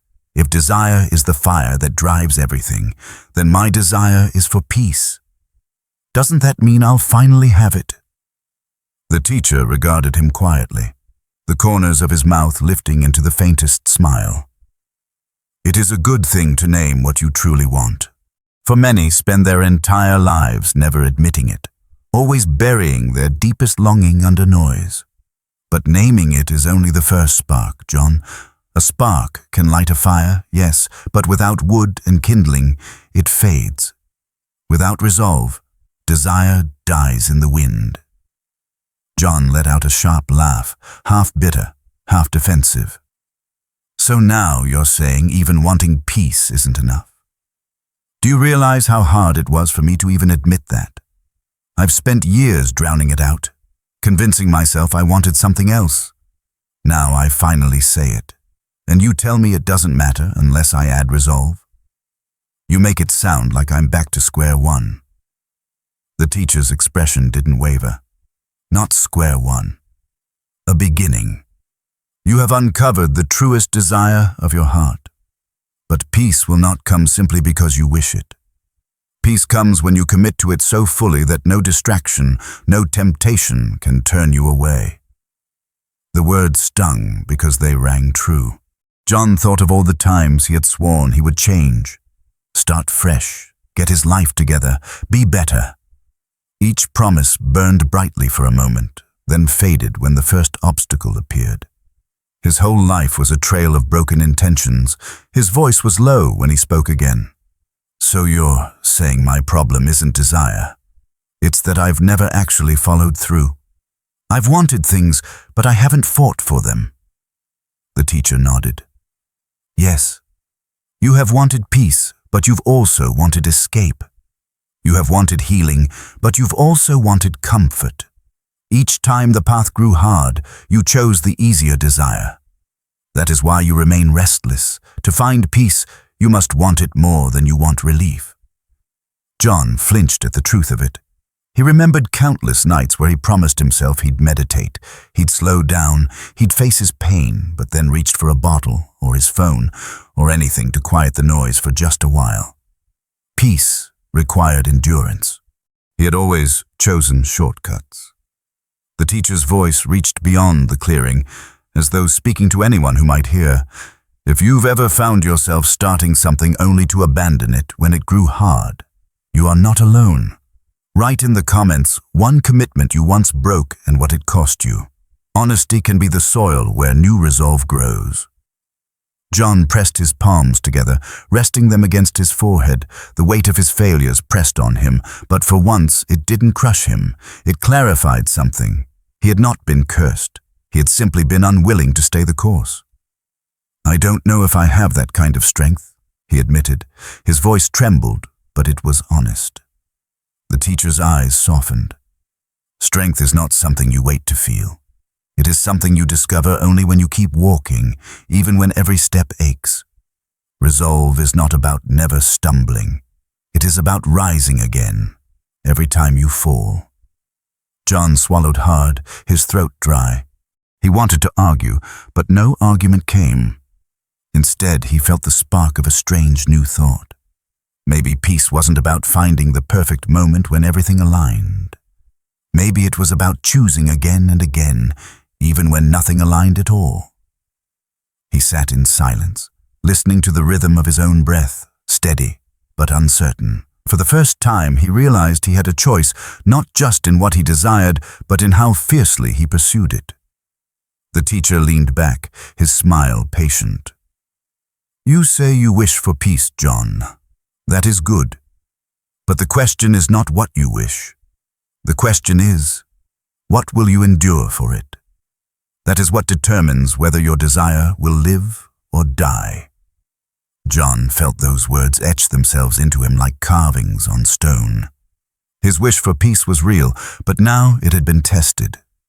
Would he stand by it when the road grew hard, or would he abandon it like every wish before? He didn't have the answer yet, but he knew he could no longer pretend peace was just out of reach. It was his choice now, and with that realization came fear, but also something unexpected responsibility. The teacher let the silence grow again, then said, "The next step, John, is to see how resolve shapes desire. Strong or weak, it makes all the difference. Without it, even the greatest wish fades. With it, even the smallest spark can light a fire that never goes out. And as those words lingered, John braced himself. He sensed that the next truth waiting for him would not let him hide behind excuses any longer. The need for resolve. The night stretched deeper, a velvet dark wrapped around the clearing. The teacher's voice seemed to blend with it, calm but unyielding. John, desire is the spark, but resolve is the flame. Without resolve, the brightest desire fades. With resolve, even a fragile wish can carry you through storms. John rubbed his hands over his knees, restless. You keep saying resolve like it's some magic ingredient. I've wanted things before. I've made promises before. I always fall short. So what makes resolve different from just wanting harder? The teacher's eyes shone, reflecting starlight. Resolve is not the intensity of a moment. It is the endurance of many moments. Desire says, I wish. Resolve says, I will. Desire is the first step. Resolve is taking the next, and the next, until the path itself changes you. John's chest tightened. He remembered the countless times he had declared, this time I'll change, only to crumble at the first setback. The broken diets, the abandoned goals, the relationships he let slip through his fingers. His life was littered with ashes of desires never fed by resolve. His voice cracked. So you're saying peace isn't about some secret formula. It's just about not quitting. The teacher smiled faintly. Not quitting, yes, but more than that. Returning. Falling and rising again. Each time you rise, you prove your desire is alive. Each time you give up, you bury it a little deeper. The words hit hard because they were true. John could no longer pretend his restlessness was fate. It was habit, a habit of giving up too soon. The teacher turned his gaze outward as if speaking to more than just John. If you've ever started something and abandoned it when the first hardship came, you know this truth. Write in the comments one place where you need more resolve. Declaring it may be the first act of strengthening it. John swallowed, a knot in his throat. He could think of 100 places where resolve had slipped from his grasp. But one stood out, the quiet, aching desire for peace that he had smothered for years. He whispered, almost ashamed, and what if my resolve isn't strong enough? What if I keep falling? The teacher leaned closer, his voice low and steady, then fall, but rise again. Weak resolve grows strong by being tested. It is like muscle. Torn, stretched, it grows. Do not wait for perfect strength before you walk. Walk, and strength will come. John shut his eyes, breathing hard. The truth of it unsettled him. He had always waited until he felt ready to change. Maybe that was the lie waiting for resolve instead of building it. When he opened his eyes, the teacher was still watching him with that patient smile. John felt both exposed and strangely supported, as if someone finally believed he could endure. The teacher added softly, resolve is the bridge between desire and reality. Without it, even the greatest wish is wasted. With it, even the smallest wish can be fulfilled. John's heart pounded. He could feel the shift happening, uncomfortable but undeniable. Peace wasn't a gift to be handed to him. It was something he had to commit to, again and again. For the first time, he allowed himself to imagine what it might feel like to actually hold to that commitment, to refuse escape, to keep walking even when the weight pressed down. The image scared him, but it also stirred something he hadn't felt in years, the faint outline of hope. The teacher leaned back slightly, letting silence breathe again. Then his voice rose once more, steady as the stars above. Now you see why resolve matters. But the next lesson will take you further. We must speak of the strength of will itself, how strong or weak it can be, and how it determines the shape of your life. John exhaled slowly, bracing himself. He knew the teacher was right. The question now wasn't whether he desired peace. It was whether his resolve would be strong enough to claim it.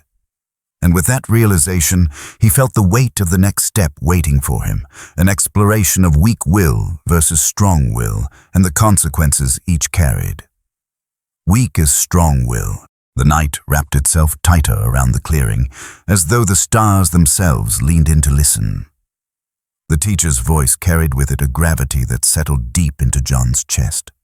Resolve, he said, is not all the same. There is weak resolve, and there is strong resolve. One collapses at the first gust of wind, the other can stand through storms. John rubbed his palms together, restless. So what's the difference? They both sound like wanting something badly. I've wanted plenty of things with all my heart, and it didn't work out. Was my resolve weak? Or was I just not good enough? The teacher shook his head gently. Weak resolve is not about you being unworthy. It is about giving your strength away too quickly. It is the kind of resolve that says, I will, until the first obstacle appears, and then whispers, maybe not. Strong resolve says, I will, and repeats it even when the obstacles multiply. Weak resolve is a candle in the wind. Strong resolve is fire sheltered within stone. The words sank into John like stones into water. He thought of all the resolutions he had made, especially the quiet ones no one else ever heard. Promises to himself, promises broken. They had all been candles snuffed out by the slightest draught. His voice came out heavy. So all those times I gave up, it wasn't because the goal was impossible. It was because I didn't protect the flame. The teacher's eyes warmed. Yes, and when the flame went out, you blamed the world, or fate, or yourself. But the truth is simpler. You lacked the resolve to shelter it, to feed it when the winds rose. Weak will collapses under its own doubt. Strong will rises again, no matter how many times it stumbles. John looked down at his hands, ashamed but strangely relieved. If it was about will, maybe he wasn't broken beyond repair. Maybe he just hadn't trained that strength. The teacher let silence breathe for a long moment before speaking outward, his words reaching beyond John. If you've ever lit a flame inside you and let it die when the winds blew too hard, you know this truth. Write in the comments one place in your life where your resolve faltered. Naming it can be the first spark to relight it. John took a slow breath, the shame of past failures pressing against him. Yet behind the shame was something else possibility. If resolve could be weak or strong, then perhaps his story wasn't finished. He raised his head. But what makes someone's resolve strong? Is it just stubbornness? Just refusing to quit no matter what? The teacher smiled faintly. Stubbornness alone is blind. Strong resolve is clear. It is tied to your deepest desire, not your shallow cravings. It is fueled not by pride, but by purpose. Weak will says, I will try as long as it is easy. Strong will says, I will endure because my desire is worth it. John's chest tightened at those words. He remembered all the times he had pursued shallow wants, a job title, a fleeting comfort, someone's approval, and how quickly he had abandoned them when the shine wore off. None of them had been tied to his deepest longing. No wonder his resolve had crumbled. The teacher's voice grew firmer. The strength of your will determines the shape of your life. Weak will drifts, tossed by every current. Strong will steers, no matter how rough the waves. This is why two men with the same desire will walk two different paths. One falters, the other endures. The difference is not in the desire, but in the strength of resolve behind it. The clearing felt heavier now, charged with meaning. John clenched his fists, not in defiance, but in a quiet attempt to hold on to the truth he was hearing. For once, he felt the faint outline of power returning to him. Not the kind that came from controlling others, but the kind that came from refusing to surrender to himself. His voice was quieter when he spoke. So if I really want peace, if I really mean it, Then my resolve has to be strong enough to hold me when everything tries to knock me down. The teacher nodded. Yes. And when you fall, as all men fall, your resolve must be strong enough to stand you up again. That is the measure of will. The words echoed in the night, settling deep. John felt both the weight and the possibility of them. He could no longer claim his life was only the product of bad luck or cruel fate. His will, or the lack of it, had shaped him more than he wanted to admit. He exhaled slowly, his breath visible in the cool air. Then teach me how. Teach me to make my will strong. The teacher's smile carried both compassion and challenge. That lesson will come. But first, you must understand what happens when will walks without direction.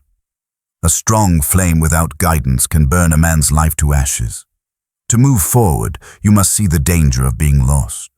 And as those words hung in the air, John realized the next truth waiting for him would cut deeper still. An image of being lost without direction, a warning he could not ignore. Lost without direction.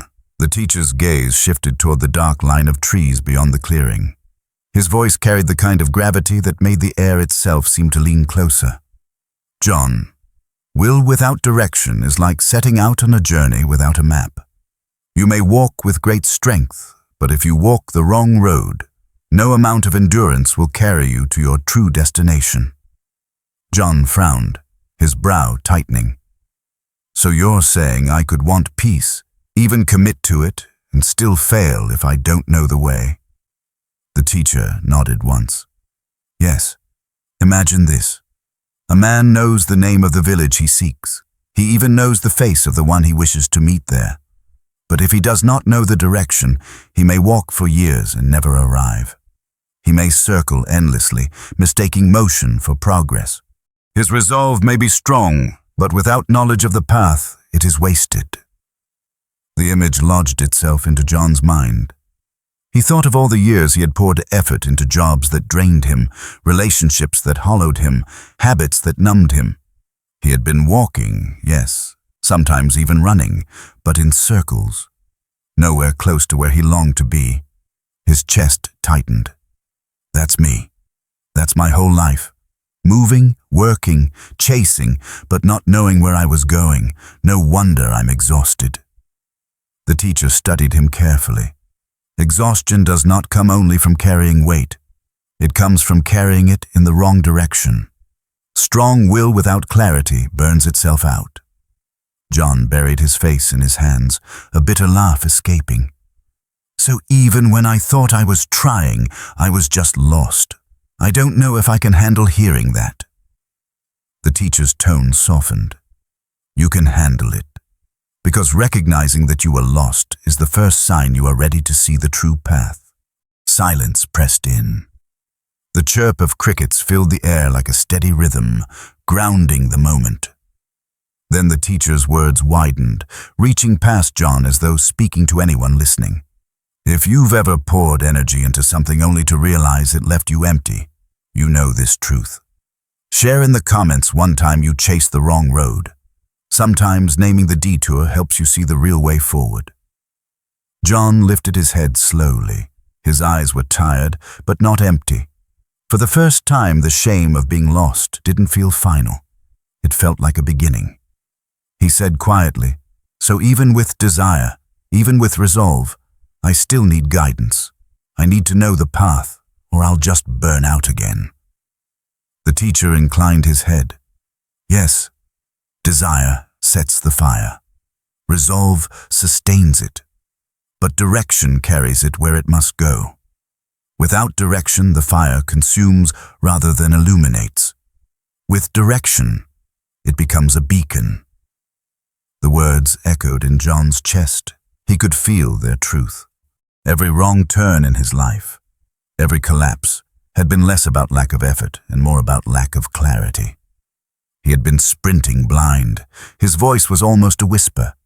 Then what's the right direction? How do I know which path actually leads to peace? The teacher's smile returned, calm and knowing.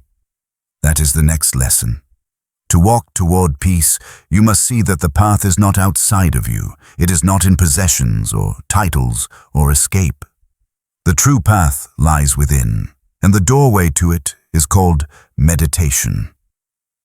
The word hung in the night like a soft bell. Meditation. John had heard it before, dismissed it before, but never like this. Now it sounded less like a trick for calm and more like a road home. He swallowed hard, bracing himself. So the path isn't out there at all. It's in me. The teacher's eyes glimmered in the starlight. Yes, John. You have been wandering outward for years. Now it is time to turn inward. And as those words settled into his restless mind, John realized the next step would demand more of him than anything else. The courage to walk the path of meditation, to face the depths he had been running from all along. The true path. The teacher's words seemed to settle into the night like stones sinking into deep water. John sat still, staring at the ground as if it might reveal some hidden doorway. So you're saying the path isn't out there, he muttered. Not in the next job, not in the next city, not even in the next relationship.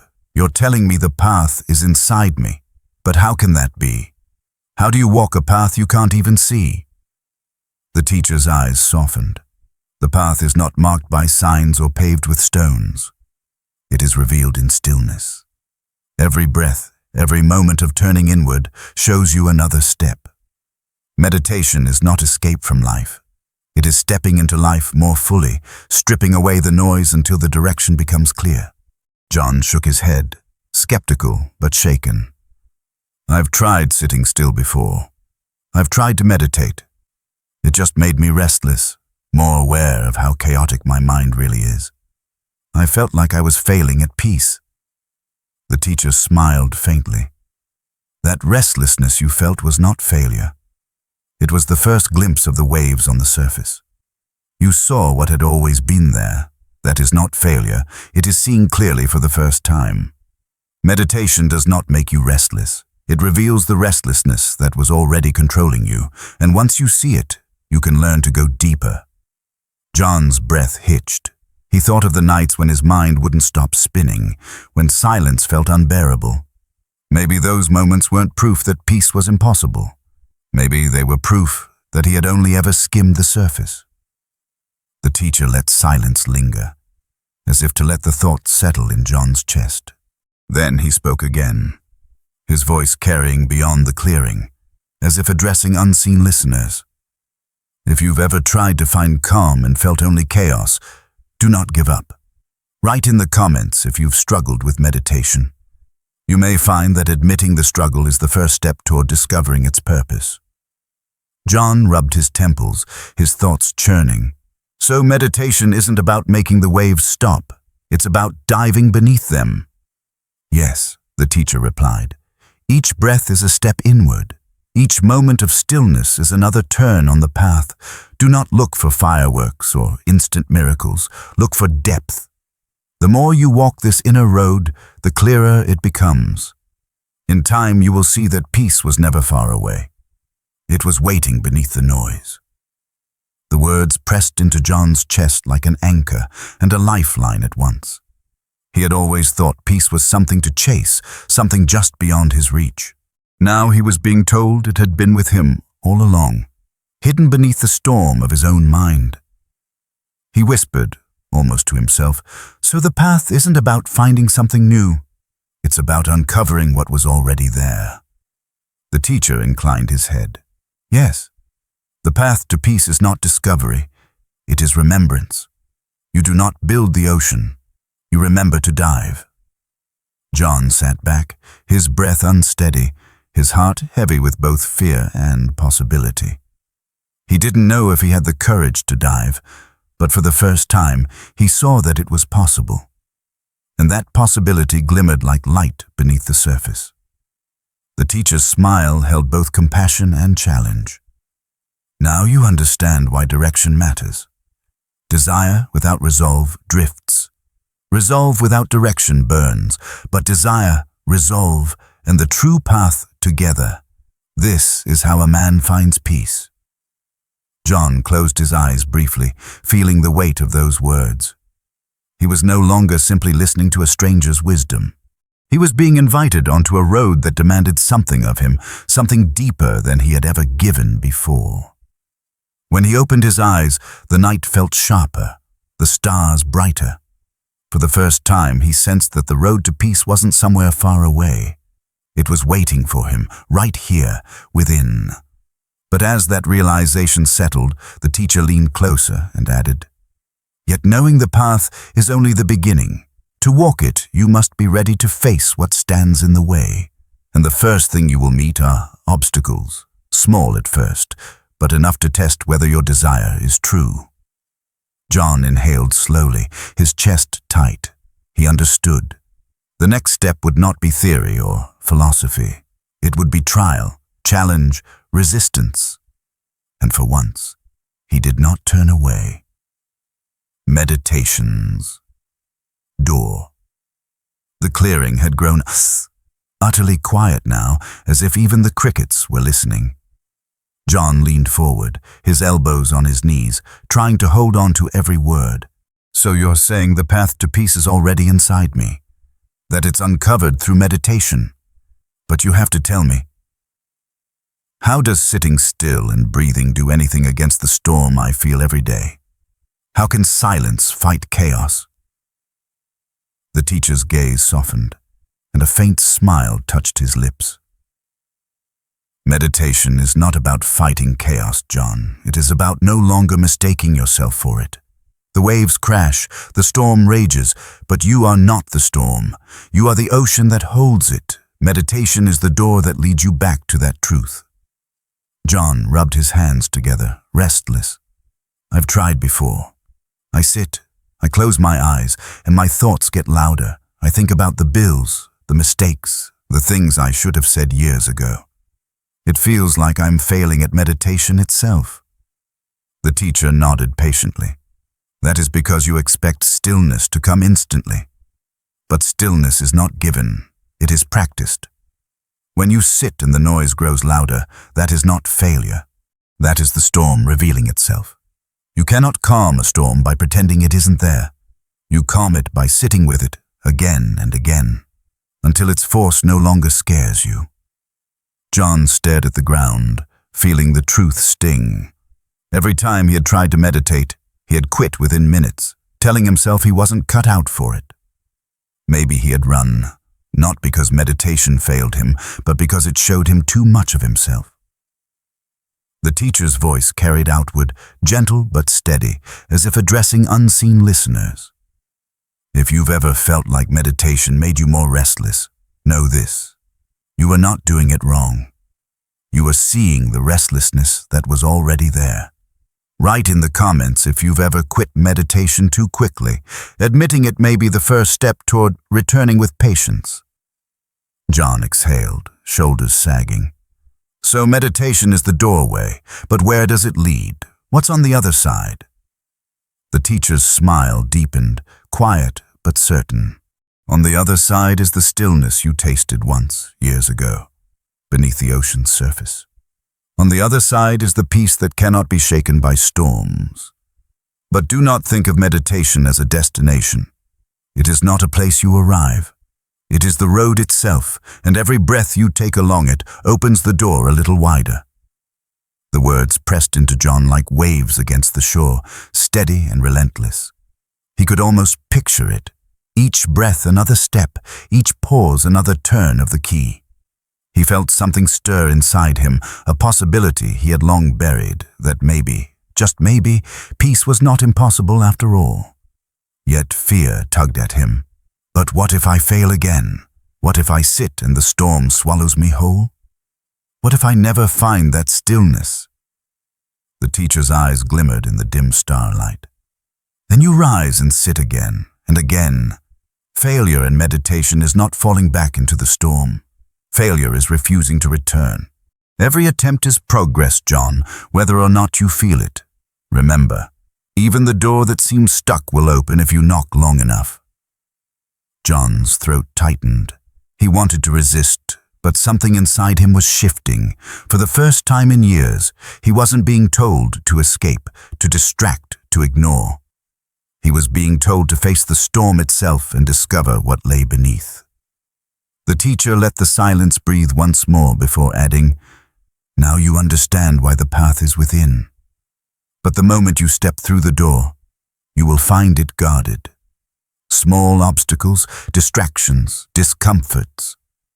They will try to push you back, to test if your resolve is true. These obstacles are not enemies. They are teachers, each one reminding you how deeply you desired a peace." John sat straighter, his chest tight with both dread and anticipation. He could already imagine the distractions waiting for him, the restless thoughts, the boredom, the endless excuses to quit. But for once, he didn't feel like running from them. He whispered, almost to himself, "Then I'll try. I'll walk through the door." The teacher's smile widened, patient and kind. "Good. Then you are ready for what comes next." And with those words, the air around them seemed to shift. John sensed that the journey was about to grow harder, that obstacles would rise quickly, pressing him to choose between escape and endurance. But deep down, he also sensed something else, the faint but unmistakable possibility that he could finally hold steady long enough to see what lay beyond the storm. Facing obstacles. The night air grew cooler, brushing against John's skin as though to remind him that comfort would not always be on his side. He shifted uncomfortably on the rock, already sensing the weight of the teacher's warning. "You said the door's guarded," John murmured.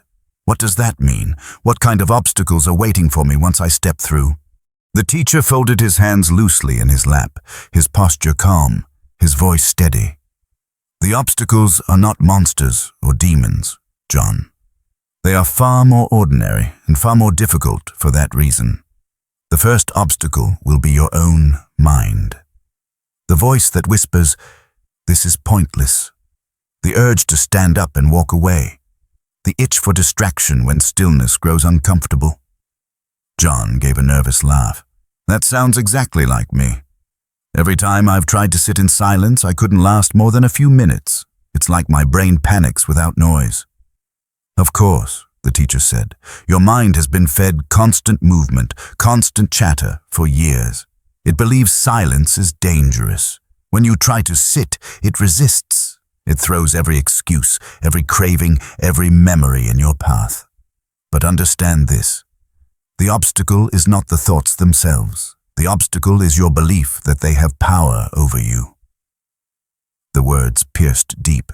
John thought of all the times he had abandoned stillness, convinced that the noise in his head was stronger than he was.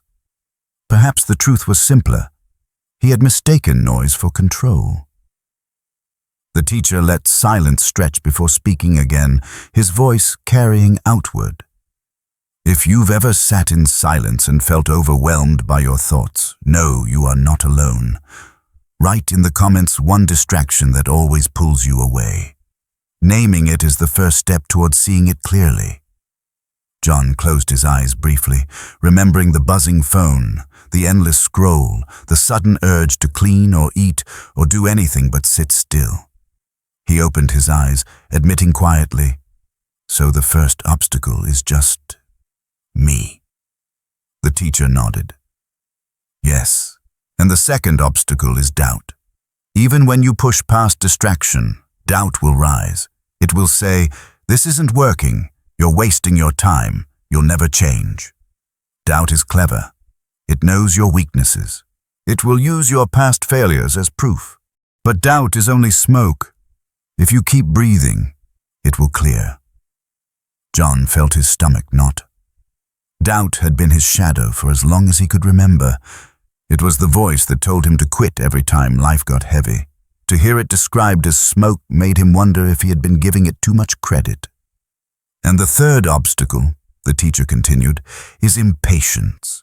You will want results quickly. You will demand that peace arrive on your schedule. And when it does not, you will be tempted to walk away. But peace is not a prize to be seized. It is a tree that grows slowly. Impatience will kill it before its roots take hold." The words stung because John knew them to be true. He had abandoned every attempt at change the moment it failed to deliver instant results. He looked down, ashamed. So distraction, doubt, impatience. Those are the guards at the door. Yes, the teacher said simply, and they will not disappear. They will greet you every time you sit. But each time you see them clearly and choose not to obey, the door opens a little wider. Each time you stay, even for a breath longer than before, you win. John's chest tightened, but not entirely with fear this time. He could feel something shifting, the faintest spark of courage rising.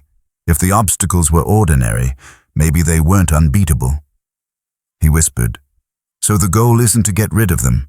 It's just not to bow to them." The teacher's smile deepened. "Exactly. You need not conquer the guards. You need only walk past them. In time, they will step aside."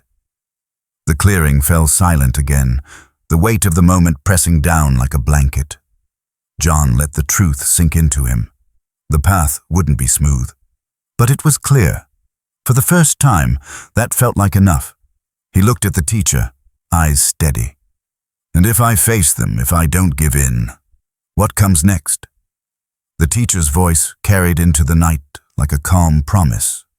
"Then your commitment will be tested, not just once, but again and again, and in that testing, your will shall grow strong enough to carry you farther than you ever imagined." John exhaled slowly, feeling both the weight and the possibility of what lay ahead. He knew the next lesson would not just be about obstacles, but about the testing of resolve itself. Commitment tested. The fireflies had thinned, the night growing heavier. When John finally spoke again, his voice carried both defiance and fear. "So every time I sit in silence, I'm going to meet those guards' distraction, doubt, impatience. I can already picture myself failing. I've failed before. Why would this be any different?" The teacher's expression softened, but his tone stayed steady. "Because this time, you will not mistake failure for the end. Commitment is not about never stumbling. It is about rising each time you do. Your resolve will be tested, John, again and again. But each test is proof you are still walking." John's chest tightened, the words striking nerves that had never healed. He thought of broken promises to himself, the countless resolutions abandoned. "I've tried to stay committed before, to health, to work, to people, and I let all of it slip away. I don't know if I can trust myself anymore." The teacher leaned slightly closer. "Trust is not built in a day. It is built one kept promise at a time. Begin small, sit for a single breath without running. That is commitment. Return tomorrow for 2 breaths. That is commitment. Commitment is not measured by how far you leap, but by whether you return when you fall." The words dug into John's heart. Maybe he had been setting the bar too high all along, demanding transformation overnight. Maybe the truth was simpler, to come back, again and again, even when it felt impossible. The teacher let the silence breathe, then turned his voice outward, reaching further. "If you've ever abandoned a promise to yourself, you know the sting it leaves. Write in the comments one promise you're willing to renew today. Small or large, declare it. Let your words be the first step of commitment." John inhaled shakily, imagining what he might write. The thought scared him, but it also lit a small spark, an invitation to take himself seriously, even for once. His voice dropped low. "But what if it takes too long? What if I keep trying for months and nothing changes?" The teacher's eyes glimmered with patience. "Then you keep trying. Commitment is not bound by time. It is not about when peace arrives. It is about who you become while waiting. Every day you choose to stay, you become stronger than the day before. That strength itself is the beginning of peace." John sat back, staring at the night sky. For the first time, he realized peace wasn't a finish line to cross. It was forged in the act of staying, of enduring, of refusing to quit. The teacher added gently, "Your resolve will be tested when you are tired, when you are hurt, when the old cravings return. But each test is not punishment. It is opportunity. Every time you endure, your roots grow deeper. Every time you falter and rise again, your flame grows brighter." John's heart pounded. He felt both afraid and alive. Something inside him whispered that maybe, just maybe, he was strong enough to hold on. He whispered, "So the test itself is the path. Passing isn't about never falling, it's about never leaving." The teacher's smile widened. "Yes, now you understand. The path does not break you by accident. It tests you by design. And when your commitment has been tested and proven, you will find yourself standing taller, carrying strength you never believed you had."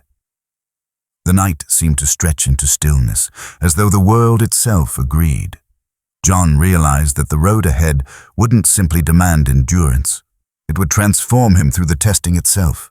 And with that realization, he sensed the teacher was preparing to lead him even deeper to a vision of what lies beyond the tests, a life lifted beyond both beast and man, beyond human.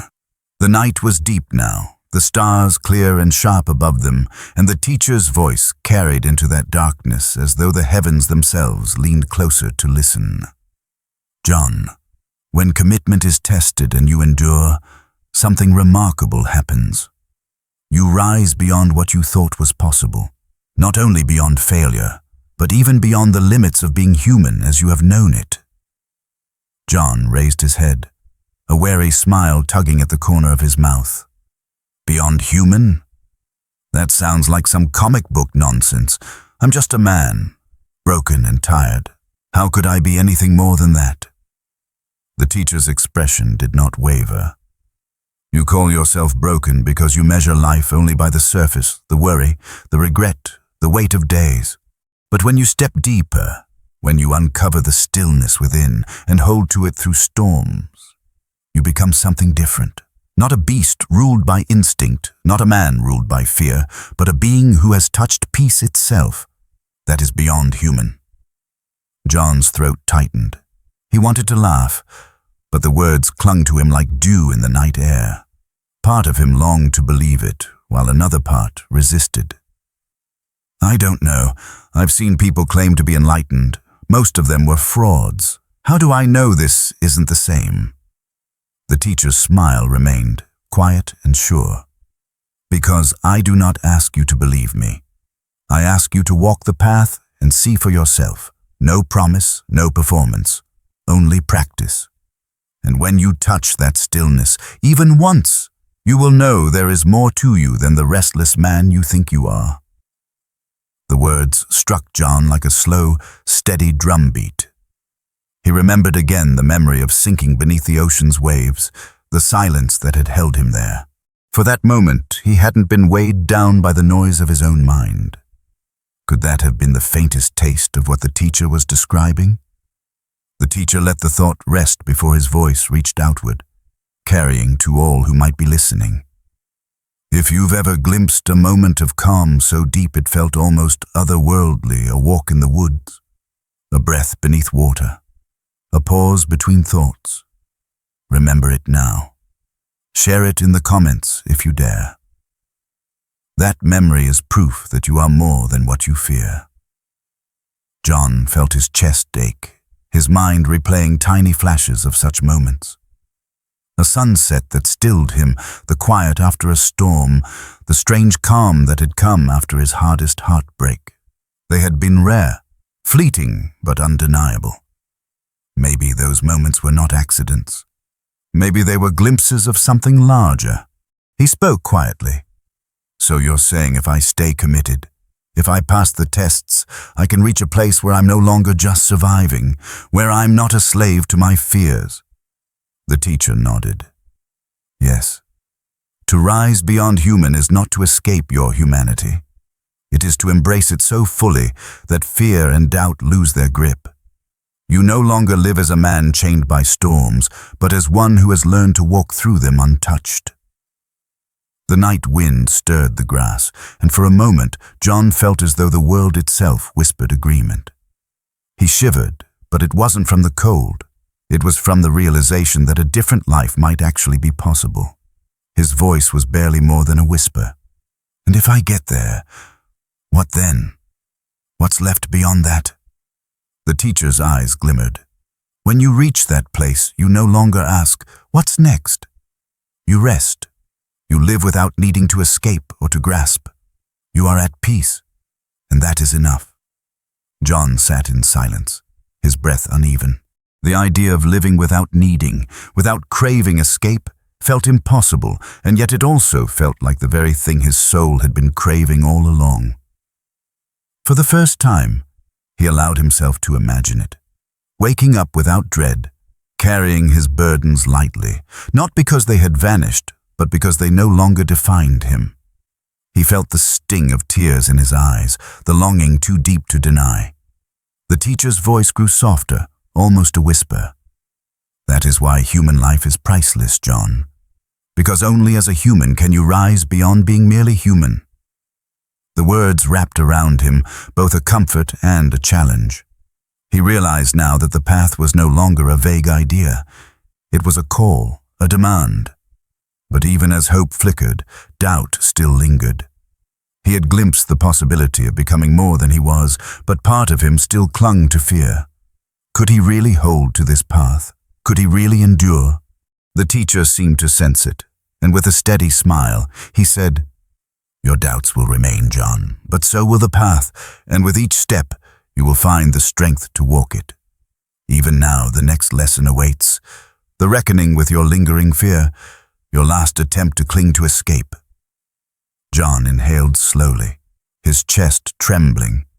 He wasn't sure if he was ready, but he knew he couldn't turn back now. John's doubt. The silence between them grew heavy, and John felt himself shrinking under the weight of everything he had heard. For a moment, it seemed the air itself pressed in, leaving him no room to breathe. He looked at the teacher, his voice unsteady. "You make it sound possible, this peace, this strength beyond fear. But what if I can't do it? What if I try and fail again? I don't think I could take another disappointment." The teacher didn't flinch.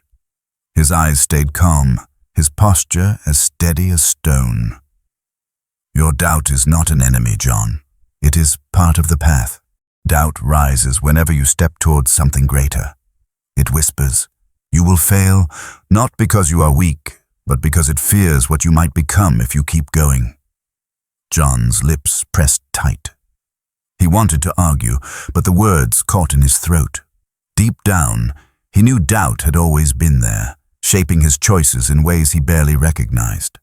How many times had he stopped short of something important because doubt whispered too loudly? He let out a bitter laugh. "So you're saying I should thank my doubt? Like it's doing me a favor?"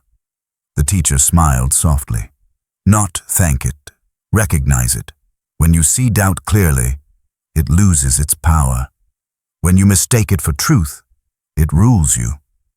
But you must remember, doubt is only smoke. If you keep breathing, it clears." The words settled into him slowly, like warm water seeping into cold stone. He wanted to believe them.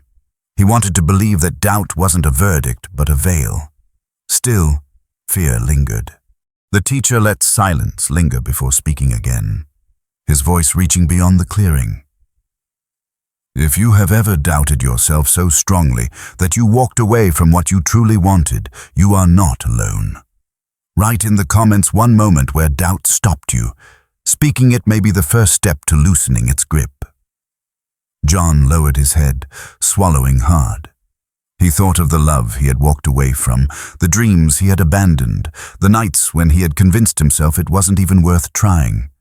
Every memory stung like an open wound. His voice cracked as he whispered, "What if my whole life has been shaped by doubt?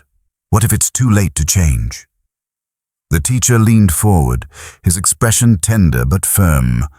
"Doubt may have walked with you, John, but it has not written your ending. As long as you draw breath, it is never too late to turn.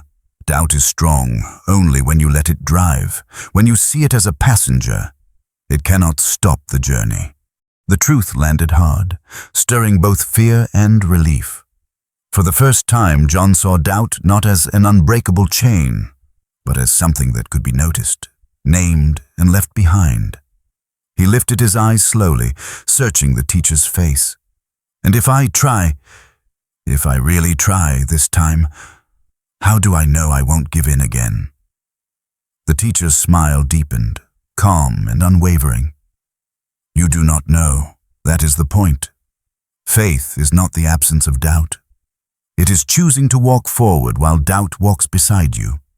Each time you take a step, you weaken its grip. Each time you rise after stumbling, you prove it wrong. John sat back, exhaling shakily. He had spent years waiting for the day when doubt would vanish before he dared to act. Now he realized that day would never come. Maybe it didn't need to. Maybe the courage wasn't in waiting for doubt to leave, it was in walking anyway. The teacher's voice softened, almost a whisper. John, your doubt will not disappear overnight. It will return tomorrow and the day after. But every time you sit, every time you breathe, every time you choose not to run, you place another stone on the path, and eventually, the path itself will be stronger than your doubt. The words filled the clearing with a quiet certainty. For the first time, John didn't feel crushed beneath his doubt. He felt challenged by it, invited to prove it wrong. He whispered, almost to himself, maybe doubt isn't the end. Maybe it's just the beginning. The teacher's eyes glimmered, patient and kind. Yes, and once you see that, you will be ready for the next lesson.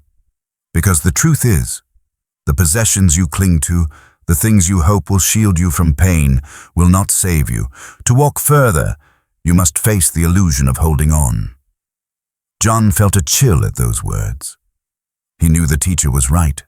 He had always grasped for things outside himself.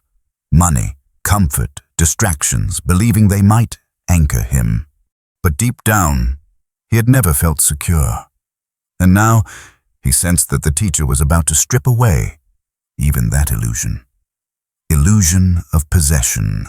The teacher's eyes softened, but his words cut clean. John, you believe that if you could just hold on to the right thing, the right possession, the right comfort, then your struggles would vanish. But possessions cannot save you. In fact, clinging to them only deepens your chains. That is the illusion of possession. John stiffened, his voice defensive. Are you saying I shouldn't want anything at all? That I should just throw away everything I have? Because that sounds impossible. I live in a world where bills need paying, where people need homes and food. How can I just give it all up? The teacher shook his head slowly. I do not tell you to abandon life's necessities. Food sustains, shelter protects, money allows you to live. But the illusion is believing that anything outside you can grant permanent peace.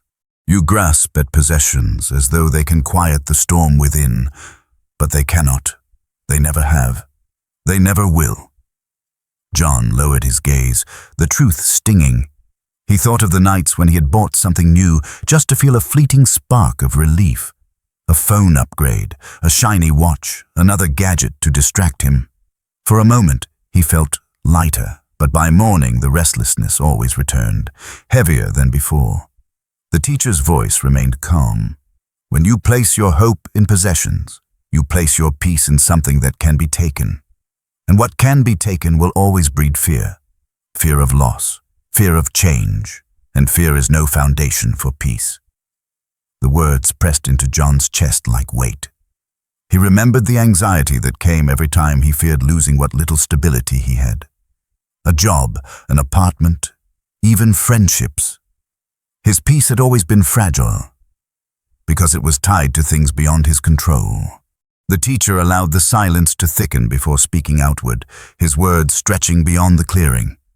If you've ever chased possessions hoping they would finally make you feel whole, only to end up empty, know you are not alone. Write in the comments one thing you once believed would complete you, but didn't. Admitting it is the first step toward freedom.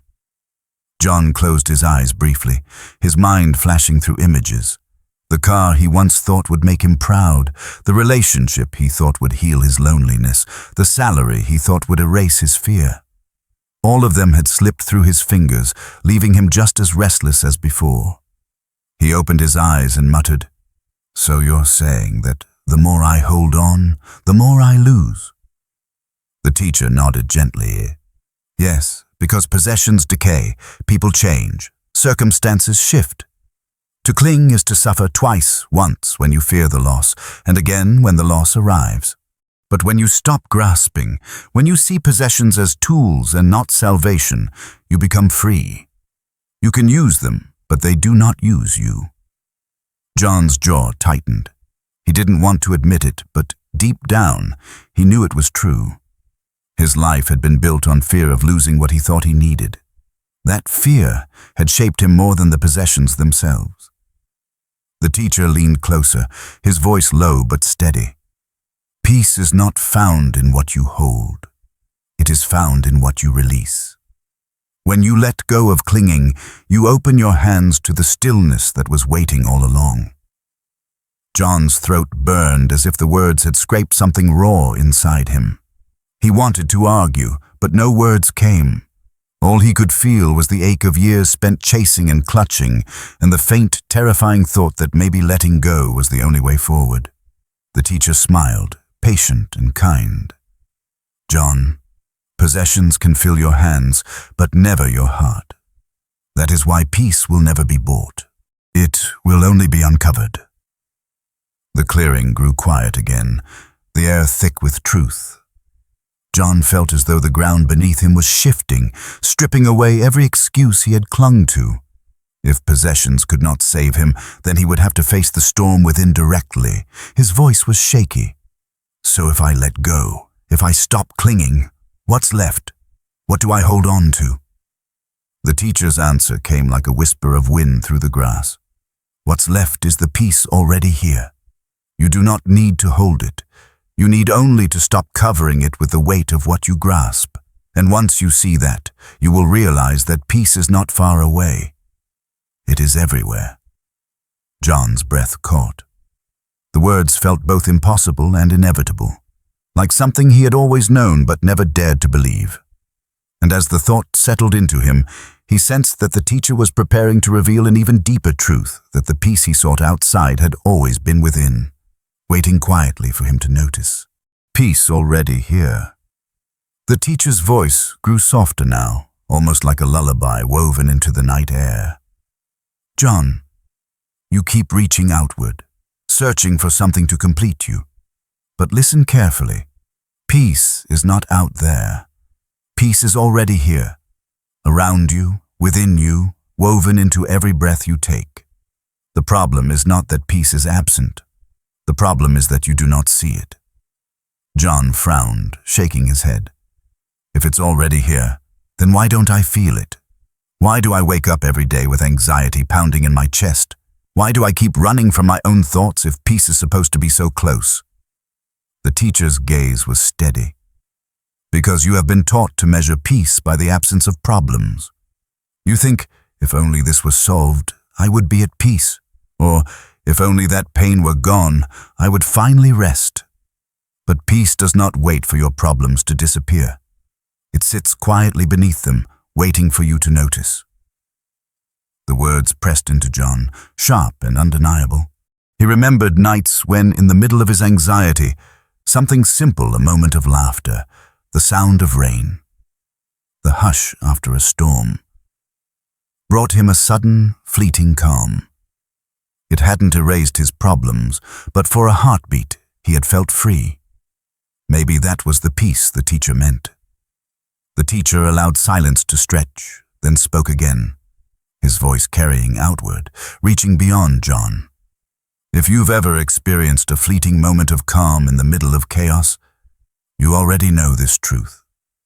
Share in the comments one time when peace surprised you, even for a breath. These glimpses remind us that peace is never far away. John's shoulders dropped slightly, his body loosening. He whispered, "So peace isn't something I have to earn. It's not a reward waiting at the end of suffering. It's already here, right now." The teacher smiled, the corners of his eyes crinkling. "Yes, it is like the sky on a stormy day. You see only clouds, thunder, and rain, and you think the sky is gone. But above the storm, the sky is as blue and vast as ever. The peace within you is the same. Clouds pass, thunder fades, the sky remains." John closed his eyes, letting the image sink in. He pictured the endless sky, always present, even when hidden. His chest ached, but this time the ache was softer, almost like a door slowly creaking open. "I think I understand," he whispered. "But if it's already here, why does it feel so far away?" The teacher leaned forward. "Because you keep chasing after what you already have. You look for peace outside, in possessions, in people, in distractions. But the moment you stop grasping, you see what was here all along. Peace is not something to find. It is something to remember." The words echoed inside him, stirring something both painful and beautiful. How many years had he wasted searching outward, when all along the very thing he craved had been waiting quietly within? John exhaled, his breath shaky but lighter than before. So the real work isn't finding peace. It's learning to see it, learning to stop covering it with everything else. The teacher nodded. "Yes, and that is why this path is so important. Not because it creates something new, but because it removes what blocks your sight. The noise, the clinging, the fear, all of it blinds you to what has always been here." The clearing fell still again, the stars sharp and countless above them. John felt small, but for the first time, small in a way that comforted him. If peace was already here, then maybe he wasn't broken after all. Maybe he had simply been looking in the wrong place. The teacher's smile softened. "You have taken a step tonight, John. You have glimpsed what is already yours. But the path continues, for even when you remember peace, the storms will return. The question is not whether storms come. The question is whether you can stay with your resolve when they do." John nodded slowly, the truth settling into him. He felt both steadier and more vulnerable than ever, as if he had just been given a treasure that could slip away if he wasn't careful. And in the silence that followed, he sensed that the teacher was preparing him for the next step. Not a grand revelation, but something quieter, more personal. A moment of stillness that would ask him to choose once again, to continue. Silent resolve. The clearing had grown so quiet that John could hear his own heartbeat, steady and insistent. The teacher sat without speaking, his presence alone a kind of lesson. The silence stretched long enough for John to squirm, to fidget, to feel the restless urge to fill it with words. Yet the teacher only watched, his calm steady as the stars above them. Finally, John let out a shaky laugh. "You're not going to say anything, are you?" The teacher's smile was faint but knowing. "Not every truth is spoken. Some are found in silence. You want peace, John, but peace is not in more words. It is in learning to stay still long enough for the noise inside you to soften." John swallowed, uneasy. He had never been comfortable with silence. To him, silence meant emptiness, awkwardness, exposure. Now it felt like he was being asked to sit in it, to let it press against him until it became something else entirely. The teacher lowered his eyes, folding his hands gently in his lap. "This is the moment of resolve. Not the kind shouted loudly, not the kind sworn in public. The strongest resolve is often silent, whispered only to yourself and held close, where doubt cannot easily touch it." The words struck deep. John thought of all the promises he had made loudly before, resolutions spoken with confidence, only to crumble days later. Maybe he had been performing commitment instead of living it. Maybe the kind of resolve that mattered was the quiet one, steady and unseen. The teacher let the silence breathe again, his presence reminding John that the pause was not empty, but alive. Then he spoke outward, his voice carrying gently beyond the clearing. If you are listening now, take a single breath in silence. Let it settle into you. No words, no striving. Then write in the comments what silence feels like to you in this moment. Sometimes naming it reveals what was hidden. John obeyed without thinking. He inhaled, slow and careful, then let the breath drift out. For a moment, just a moment, he felt the smallest flicker of calm, a stillness that wasn't dramatic, but real. He opened his eyes quickly, afraid to lose it. He whispered, almost embarrassed, "I think I felt it. Just for a second. It wasn't much, but it was there." The teacher's smile deepened. "That is enough. Do not measure resolve by how much you feel, but by how often you return. A second of peace, remembered and repeated, grows into minutes. Minutes grow into hours. In time, silence will no longer feel like emptiness. It will feel like home." John's throat tightened. He had spent his whole life avoiding silence, stuffing it with noise, because he was afraid of what it might reveal. Now he realized silence could reveal something else, his own strength. The teacher's voice lowered, almost a whisper. "This is silent resolve, John." Not a vow shouted to the sky, but a quiet turning of the heart. A choice you make with each breath, again and again, until it becomes the rhythm of your life. John bowed his head, his chest heavy with both fear and gratitude. He knew he had not mastered anything yet, but for the first time he felt capable of choosing, and in that choosing he glimpsed the faint outline of freedom. The night around them seemed to grow softer, as though the world itself had leaned back, satisfied with what had been spoken. John sensed that the next step would not be silence alone.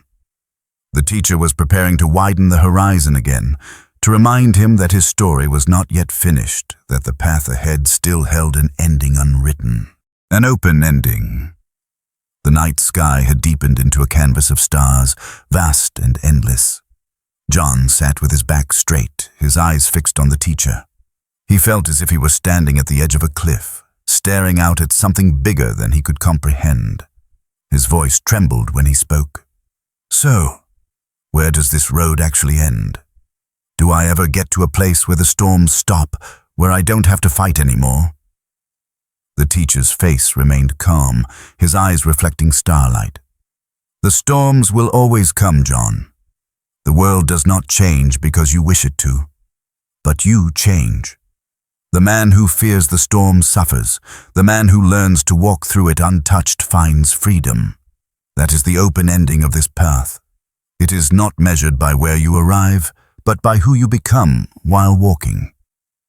John let the words sink in. He wanted certainty, a finish line, a promise that one day his pain would vanish forever. Instead, the teacher gave him something different: responsibility and possibility. "So you're saying there's no final guarantee?" he asked. "No moment where I can say, I've made it, I'm done?" The teacher shook his head gently. "Peace is not a trophy, it is a way of living. Each day you walk, each breath you take in awareness is the destination. You will find moments of deep rest, moments when the storms cannot touch you, but the path never truly ends. It opens wider with every step." John's heart thudded, a mixture of disappointment and relief. Maybe he didn't need a finish line. Maybe what he needed was a direction, a way to keep moving that didn't leave him feeling hollow. The teacher leaned closer, his voice carrying both strength and tenderness. "Do not look for a final chapter, John. Life is not a book with neat pages. It is a river, always flowing, always moving. You cannot stop the river, but you can learn to swim in its current without drowning." John closed his eyes, picturing himself in that river. For so long he had been thrashing, desperate to control the current. Maybe now it was time to let go, to float, to trust that the river was carrying him somewhere worth reaching. The teacher allowed silence to stretch before speaking outward, his voice reaching beyond the clearing. If you are listening now, remember this. Your story is still being written. There is no need to rush to an ending. Write in the comments one place where your life still feels open, unwritten. Acknowledging it is how you begin to fill the page. John unopened his eyes again, his voice quieter now. So, my story isn't finished. I don't need to solve everything tonight. I just need to keep walking. The teacher nodded, his smile steady. Yes. One breath, one step. That is all you need. The path is not about perfection, John. It is about persistence. Each moment you choose peace, you live the truth you've been searching for. John felt tears sting his eyes, but this time they were softer, less bitter. He realized that maybe peace wasn't waiting far away. Maybe it was in this very moment, the breath in his chest, the stars above, the silence between words. The teacher's voice lowered, almost a whisper. This is why I call it an open ending. Because tonight is not the conclusion. It is another beginning. You are not finished, and you never were. John bowed his head, the weight of the moment pressing into him. He didn't know what tomorrow would bring. He didn't know how many storms still waited. But he knew he was no longer running, and for now, that was enough. The night stretched endlessly. A reminder that life itself is always larger than our questions, always wider than our doubts. And in that vastness, John felt the faintest taste of freedom. Whisper of calm. The night was at its deepest now, a velvet silence wrapping itself around the clearing. The stars stretched endlessly overhead, and John sat still, no longer fidgeting, no longer searching for words to argue. For the first time in years, he felt quiet inside, not empty, not restless, but quiet. He turned to the teacher, his voice soft, almost childlike. So, this is it? This is what I've been chasing. Just this stillness. The teacher's smile was gentle, steady. Yes, John. This stillness you feel now, it is not something I gave you. It was here all along, waiting for you to notice. This is the whisper of calm, and it is enough. John closed his eyes, letting the truth wash over him. The storm of his mind had not vanished completely, but it no longer felt like it owned him. The worries still drifted at the edges, but they no longer pressed down on his chest. For once, he could breathe. The teacher's voice carried softly, like the rustle of wind through tall grass. Peace is not found in running, not in clinging, not in escape. It is found when you sit quietly with yourself and see that nothing was missing. You are whole, even now. John's throat tightened, and he whispered, Then why did it take me so long to see it? The teacher smiled faintly. Because sometimes, the longest journey is the one inward. You walked many roads, carried many burdens, searched in many places. But tonight, you have finally turned toward home. The words landed gently, like a blanket laid across tired shoulders. John breathed deeply, letting himself feel the weight lift. It wasn't dramatic. It wasn't loud. It was simply enough. The teacher let the silence linger, then spoke outward, as though to every restless soul listening. If you are hearing this now, let yourself rest. Close your eyes. Take one slow breath and let it remind you that peace is already here. Write in the comments what this moment feels like for you. Perhaps you will see that you are not alone in this journey. John opened his eyes one last time to look at the teacher. So what happens next? He asked. The teacher's smile deepened. Next, you keep walking. Each day, each breath, a chance to return to this calm. Some days the storm will be louder. Some days the silence will come easily, but no matter what, the path is open. and as long as you walk it, you will never be lost. The clearing seemed to dissolve into stillness, the night wrapping both of them in its embrace. John felt smaller than he had ever felt before, but also freer. He realized that he didn't need to hold on to answers, didn't need to solve everything at once. All he needed was to remember this whisper of calm and return to it, again and again. He bowed his head, his voice almost inaudible. "Thank you." The teacher simply placed a hand over his heart, then let the silence close around them. No final sermon, no thunderous conclusion, just quiet, steady presence. John knew now that the story was not ending, only opening into the rest of his life. The storms would come, but he would no longer run. He would walk forward, breath by breath, carrying the stillness he had found tonight. The night deepened further, the stars fading into the first hints of dawn. And as the sky shifted, John felt a calm so complete it was almost sleep itself. This is where the story leaves you too, in the same stillness. You do not need to hold it tightly. You need only to rest in it. Let your body sink into the bed. Let your mind soften its grip. Let the whisper of calm carry you where words no longer follow. Your journey is still open, but for now, rest. The next step will come in its own time. End of script. Sweet dreams.